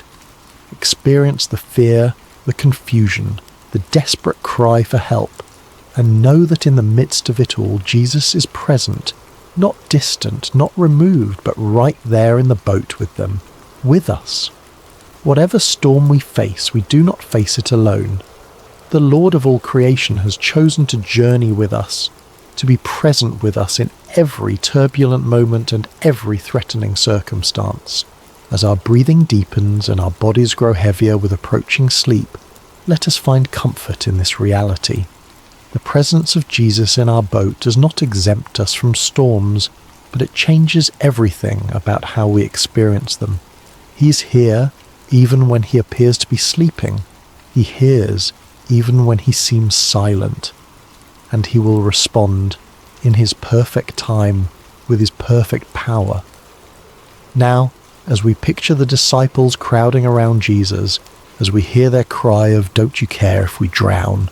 let us watch and see what happens next, for the storm is about to meet its match. The chaos is about to encounter its creator. The The winds and waves are about to recognize the voice of the one who called them into being. Jesus woke to the violent pitching of the boat, to the spray of water across his face, to the desperate cries of his disciples. "Teacher, don't you care if we drown?" Their question hung in the air between them, nearly lost in the howling of the wind, yet impossibly loud in its implication. Did he care? Could they truly doubt this? He who had healed the sick, restored sight to the blind, cleansed the lepers, did they think his compassion extended only to strangers and not to those closest to him? He who had called them by name, who had shared meals and long roads and countless conversations with them, did they imagine his heart was indifferent to their fear? Yet Jesus did not respond to their question directly. He did not immediately reassure them of his care or explain his apparent indifference. Instead, he rose, calm, unhurried, sovereign, and turned his attention to the storm itself. Mark's Gospel tells us that he got up, rebuked the wind, and said to the waves, "Quiet, be still." The Greek phrase used here, siopa pephimoso, carries the sense of be silent, be muzzled. It is the language one might use to quiet a disruptive animal or silence a disturbing noise. There is authority in these words, command and expectation of immediate obedience, and obey they did. The wind, which had been screaming across the water with destructive force, died away at once. The waves, which had been crashing over the sides of the boat and threatening to sink it, flattened into submission. The entire chaotic scene transformed in an instant from deadly peril to perfect calm. Imagine witnessing this moment. 1 second, you're fighting for your life against one of nature's most terrifying displays of power. The next, you're floating on a sea as smooth as glass under a clearing sky. The contrast would be disorienting, almost unbelievable. The silence following such tumult would ring in your ears. The stillness after such violent motion would leave you feeling strangely weightless.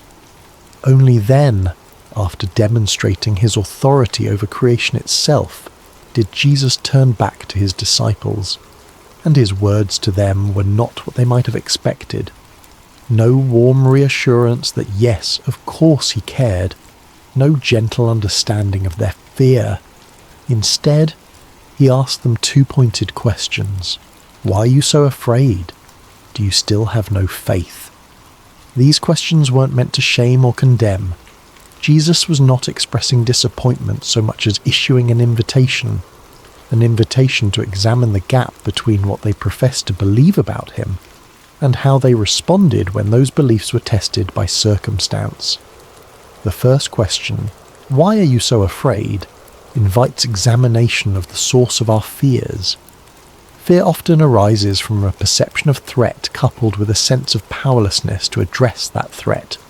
The disciples feared drowning because they perceived the storm's power and recognized their inability to control it. But Jesus was suggesting another perspective. When he is in our boat, the equation changes. The presence of the Creator fundamentally alters the balance of power in any situation. The second question, do you still have no faith, probes even deeper. These disciples had witnessed Jesus perform miracle after miracle. They had seen him heal diseases medicine couldn't touch. They had watched him cast out demons that had tormented their victims for years. They had even seen him challenge the religious authorities of their day with an authority that clearly came from above. Yet when the storm came, when their own lives were threatened, their faith faltered. They reverted to fear rather than resting in confidence that the God who had demonstrated his power in so many other circumstances remained just as powerful in their present crisis. This is a common human pattern, isn't it? We can intellectually believe in God's power and love. We can recall times when we've experienced his faithfulness. We can even testify to others about how he has worked in our lives. But when new challenges arise, particularly ones that feel overwhelming or threatening, we can forget everything we know and surrender to panic. Jesus' questions invite a different response. They challenge us to align our emotional reactions with our professed beliefs, to allow what we know about God's character to inform how we feel when facing life's storms. This is not about denying fear. Fear is a natural human emotion that even Jesus experienced in the Garden of Gethsemane. Rather, it's about preventing fear from distorting our view of God and his activity in our lives. The disciples' fear had led them to question Jesus' care for them. "Don't you care if we drown?" His questions in return invited them to question their fear instead. Was it consistent with what they knew of him? Was it justified in light of who he had revealed himself to be? As we continue our journey toward rest tonight, these questions can guide our own reflection. What fears keep us awake at night? What storms in our lives have made us wonder if God cares? And more importantly, what do we know about the character of Jesus that might speak to those fears? If Jesus is truly who Scripture reveals him to be, all-powerful yet deeply compassionate, sovereign yet intimately involved, holy yet merciful, then our fears must be evaluated in light of these truths. Not dismissed or denied, but placed within the larger context of who God is and how he works. The disciples in that boat had to reconcile their experience of the storm with their experience of Jesus' power over it. We too must reconcile our experience of life's challenges with our understanding of God's character and capabilities. This reconciliation doesn't happen once and for all. It's an ongoing process, a continued growth in trust that develops as we walk with him through both calm seas and raging tempests. Perhaps the most comforting truth in this entire account is the simple reality that Jesus was in the boat with them. He had said, "Let us go over to the other side, you will," not "let me meet you on the other side," or "to try to make it to the other side." When Jesus says, "let us go," he commits to the entire journey, not just the destination. Similarly, when Jesus calls us to follow him, he doesn't promise absence of storms. He doesn't guarantee that the path will be smooth or the journey comfortable. What he does promise is his presence with us in whatever we face. "I am with you always," he would later tell his followers, "to the very end of the age." This presence changes everything. It doesn't always change our circumstances, though sometimes, as in this story, it dramatically does. But it always changes the meaning of those circumstances and how we can respond to them. As we feel sleep drawing nearer, let us rest in this truth. Whatever storm we face, Jesus is in our boat, not as a passive passenger, but as the Lord of wind and wave, the one whose word can transform chaos into calm, the one whose presence transforms our fear into faith. The question Jesus asks, "Why are you so afraid?" isn't meant to dismiss our feelings, but to direct our focus toward the greater reality of his presence and power. The perfect love he embodies casts out fear, not by pretending the storm doesn't exist, but by reminding us that he exists within the storm with us, and that makes all the difference. In the aftermath of the storm's sudden cessation, a profound silence settled over the Sea of Galilee. The only sounds remaining might have been the gentle lapping of now calm waters against the boat's hull, the dripping of seawater from soaked clothing and hair, and perhaps the still rapid breathing of men whose hearts had not yet caught up with the dramatic change in their circumstances. The contrast could not have been more stark. Moments before, chaos had reigned, wind howling, waves crashing, men shouting in fear. Now, perfect stillness surrounded them. The sky was clearing, stars reappearing like hesitant witnesses emerging after danger has passed. The sea, which had threatened to claim their lives, now cradled their boat with gentle care. In this strange new quiet, Jesus' words hung in the air. "Why are you so afraid? Do you still have no faith?" These questions weren't harsh or condemning. They were asked by the same voice that had just commanded the elements and been instantly obeyed. They were spoken by the same lips that had taught multitudes about the kingdom of heaven, that had pronounced forgiveness to the repentant, that had offered living water to the thirsty. His tone may have been one of genuine curiosity rather than criticism, a teacher using a powerful experiential lesson to reveal what was in his students' hearts. The disciples' reaction to this moment is profoundly revealing. Mark tells us that they were terrified and asked each other, "Who is this? Even the wind and the waves obey him." This was a new kind of fear, not the desperate fear of drowning that had gripped them during the storm, but the reverent awe that comes from encountering something, someone, beyond human comprehension. Their question, "Who is this?" is perhaps the most important question any person can ask about Jesus. It's a question that has echoed through centuries across cultures within countless human hearts. Who is this man who spoke with unparalleled authority, who healed with a touch, who forgave sins as if they were his to forgive, and who, as they had just witnessed, commanded the very elements of nature with a word? The disciples had already seen Jesus perform many miracles. They had watched him heal sickness, cast out demons, even restore withered limbs.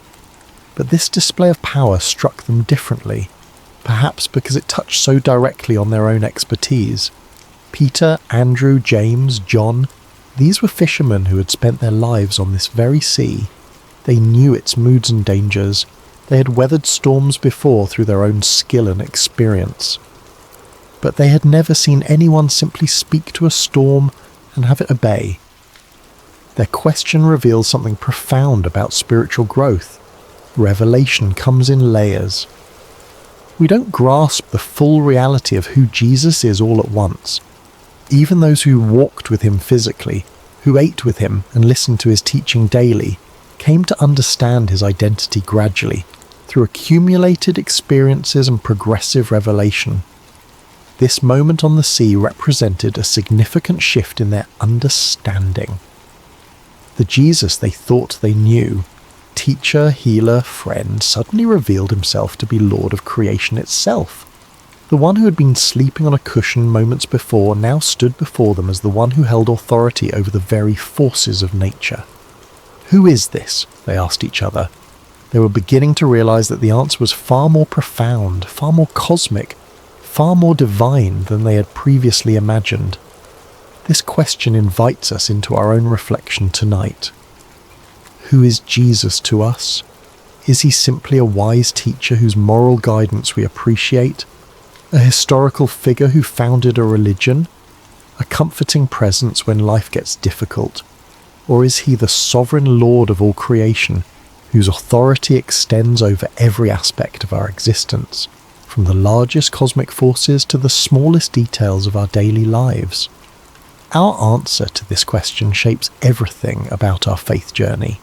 If Jesus is merely a good teacher, then his words are suggestions we can take or leave. If he is simply a historical religious figure, then his relevance to our modern lives may be limited. But if he is who he claimed to be, the Son of God, one with the Father, the Word made flesh, then every word he spoke carries divine authority. Every promise he made is utterly trustworthy, and every command he gave deserves our complete obedience. The disciples in that boat were confronting this reality in a visceral, immediate way. The Jesus they thought they knew had just done something only God could do. The Psalms describe God as the One who stilled the roaring of the seas, the roaring of their waves. Psalm 65:7, and the one who stilled the storm to a whisper, the waves of the sea were hushed. Psalm 107:29. Now they had seen Jesus do exactly this, with their own eyes in their own boat, in response to their own cry for help. Their question, "Who is this?" was not merely rhetorical. It reflected genuine wrestling with an expanding understanding of Jesus' identity. And this wrestling is an essential part of authentic faith. God does not expect us to have perfect theological understanding from the beginning of our journey with him. He reveals himself to us gradually, meeting us where we are and gently expanding our capacity to know him as he truly is. For the disciples, this storm became a classroom, a place where their understanding of Jesus grew deeper and wider. Similarly, the storms of our lives often become the context in which we come to know God more truly. It's relatively easy to affirm God's goodness when life is calm and comfortable. It's when the winds howl and the waves threaten that our true understanding of his character is both revealed and refined. As we continue our journey towards sleep tonight, let's allow this holy question to linger in our minds. Who is this Jesus? Not as an abstract theological inquiry, but as a personal exploration of relationship. Who is he to me? What have I seen him do in my life? How has my understanding of him grown through seasons of both calm and storm? The beauty of this story is that it invites us to know Jesus more fully, not just as a distant miracle worker, but as the one who journeys with us through every circumstance of life. He is in our boat. He may sometimes appear to be sleeping, but he is never absent, never unaware, never unconcerned. And when he speaks, whether to rebuke a storm or to question our fear, his words carry the authority of the one who created all things and holds all things together. The wind and waves recognize his voice, because they came into being through that same voice. All things were created through him and for him, Paul would later write to the Colossians. He is before all things, and in him all things hold together. Colossians 1:16-15. This is the Jesus who accompanies us through every storm. This is the one who has promised never to leave us or forsake us. This is the Lord who may ask us, as he asked his first disciples, "Why are you so afraid?" Not to shame us for our fear, but to invite us into deeper trust based on deeper knowledge of who he truly is. As our bodies grow heavier with approaching sleep, as our thoughts begin to slow and quiet, let us rest in this profound truth. The one who commands the wind and waves is with us. And if even the storm obeys his voice, how much more can we trust him with the circumstances of our lives, with the fears that sometimes keep us awake, with the future that remains unknown to us but is fully known to him. In this trust we find not just theological truth but practical peace, the kind of peace that allows us to rest even when circumstances remain uncertain. Jesus didn't promise his disciples a storm-free journey. He promised them his presence through whatever storms might come. He offers us the same today. Who is this? The disciples asked. The answer to that question continues to unfold for all who choose to journey with him, not in abstract propositions, but in lived experience, in daily walking with the one whose authority extends over every realm and whose love reaches into every heart that opens to receive him. As the boat continued its journey across the now peaceful sea, the disciples must have fallen into a contemplative silence. The question they had asked each other, "Who is this? Even the wind and the waves obey him," would linger in their hearts and minds for days, weeks, perhaps even years to come. Each time they recalled this night, this storm, this miracle, their understanding of Jesus would deepen a little more. This is often how spiritual growth unfolds for us as well. Not primarily through intellectual study, though that has its place, but through lived experiences that reveal God's character and power in ways that transform our understanding. Head knowledge becomes heart knowledge when we see God act in response to our deepest needs and most desperate prayers. The disciples were beginning to grasp something profound. Jesus was not merely with them, he was over all things. His presence in their boat didn't just mean companionship, it meant protection, provision, and peace that transcended circumstances. Even when he appeared to be sleeping, his sovereignty remained active and absolute. As the first light of dawn began to brighten the eastern sky, they could see their destination approaching, the region of the Gerasenes on the opposite shore of the lake.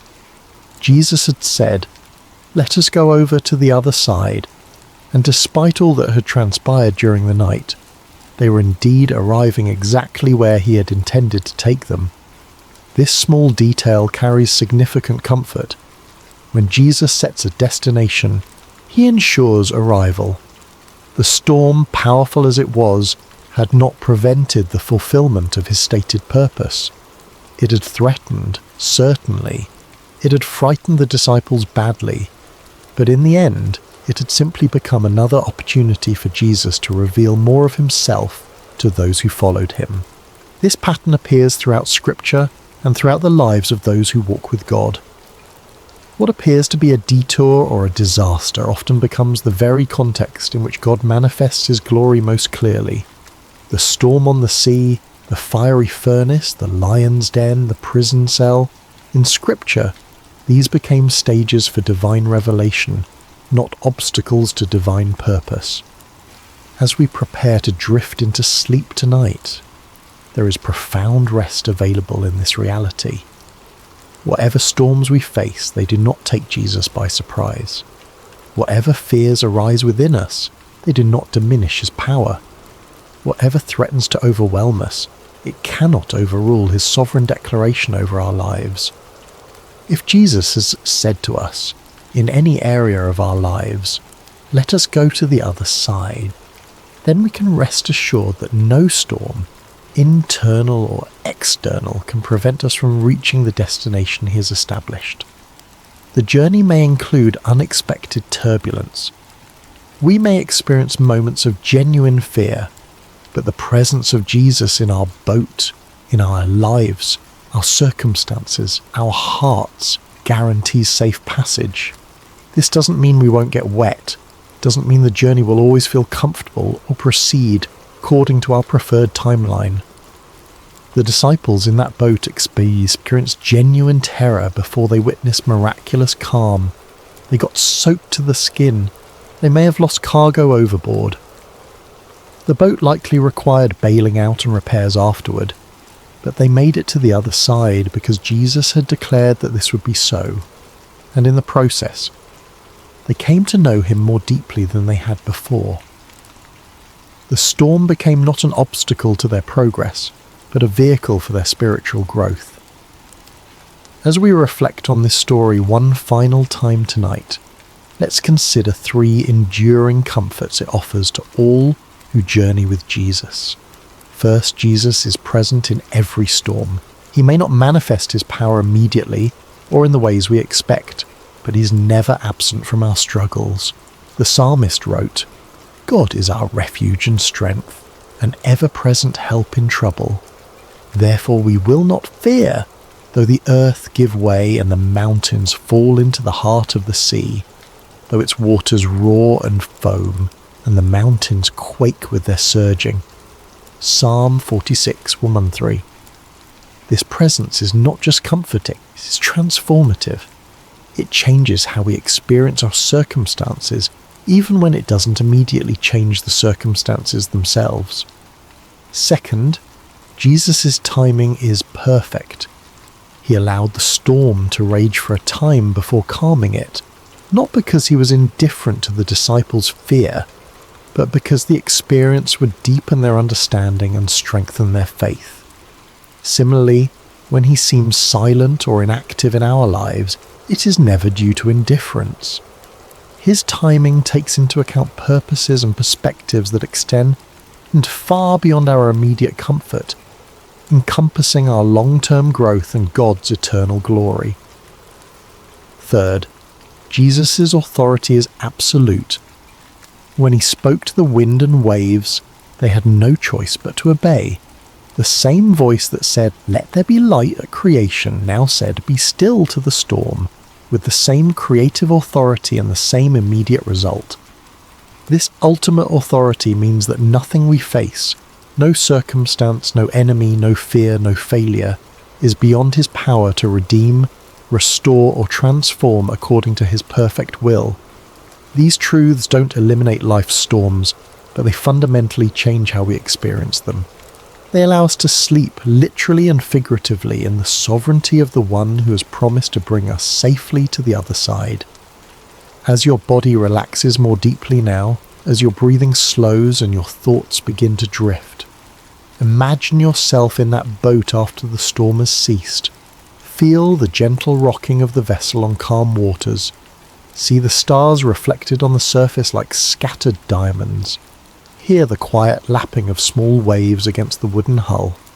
And most importantly, know that Jesus is there with you, awake, aware, almighty. The night is passing. Dawn approaches. The shore draws nearer with each moment. And the one who commanded the storm with a word continues to hold you in the palm of his hand, guiding your vessel to exactly where he intends it to go. In this assurance there is deep peace. In this knowledge there is perfect rest. In this presence there is complete safety. Whether we find ourselves currently in the midst of a raging storm, in the calm that follows, or in the ordinary moments between dramatic events, the truth remains. Jesus is with us. Jesus is for us, and Jesus will bring us safely to the other side. So breathe deeply now. Release the tension you may be holding in your shoulders, your jaw, your hands, your mind. Allow your body to grow heavy with approaching sleep.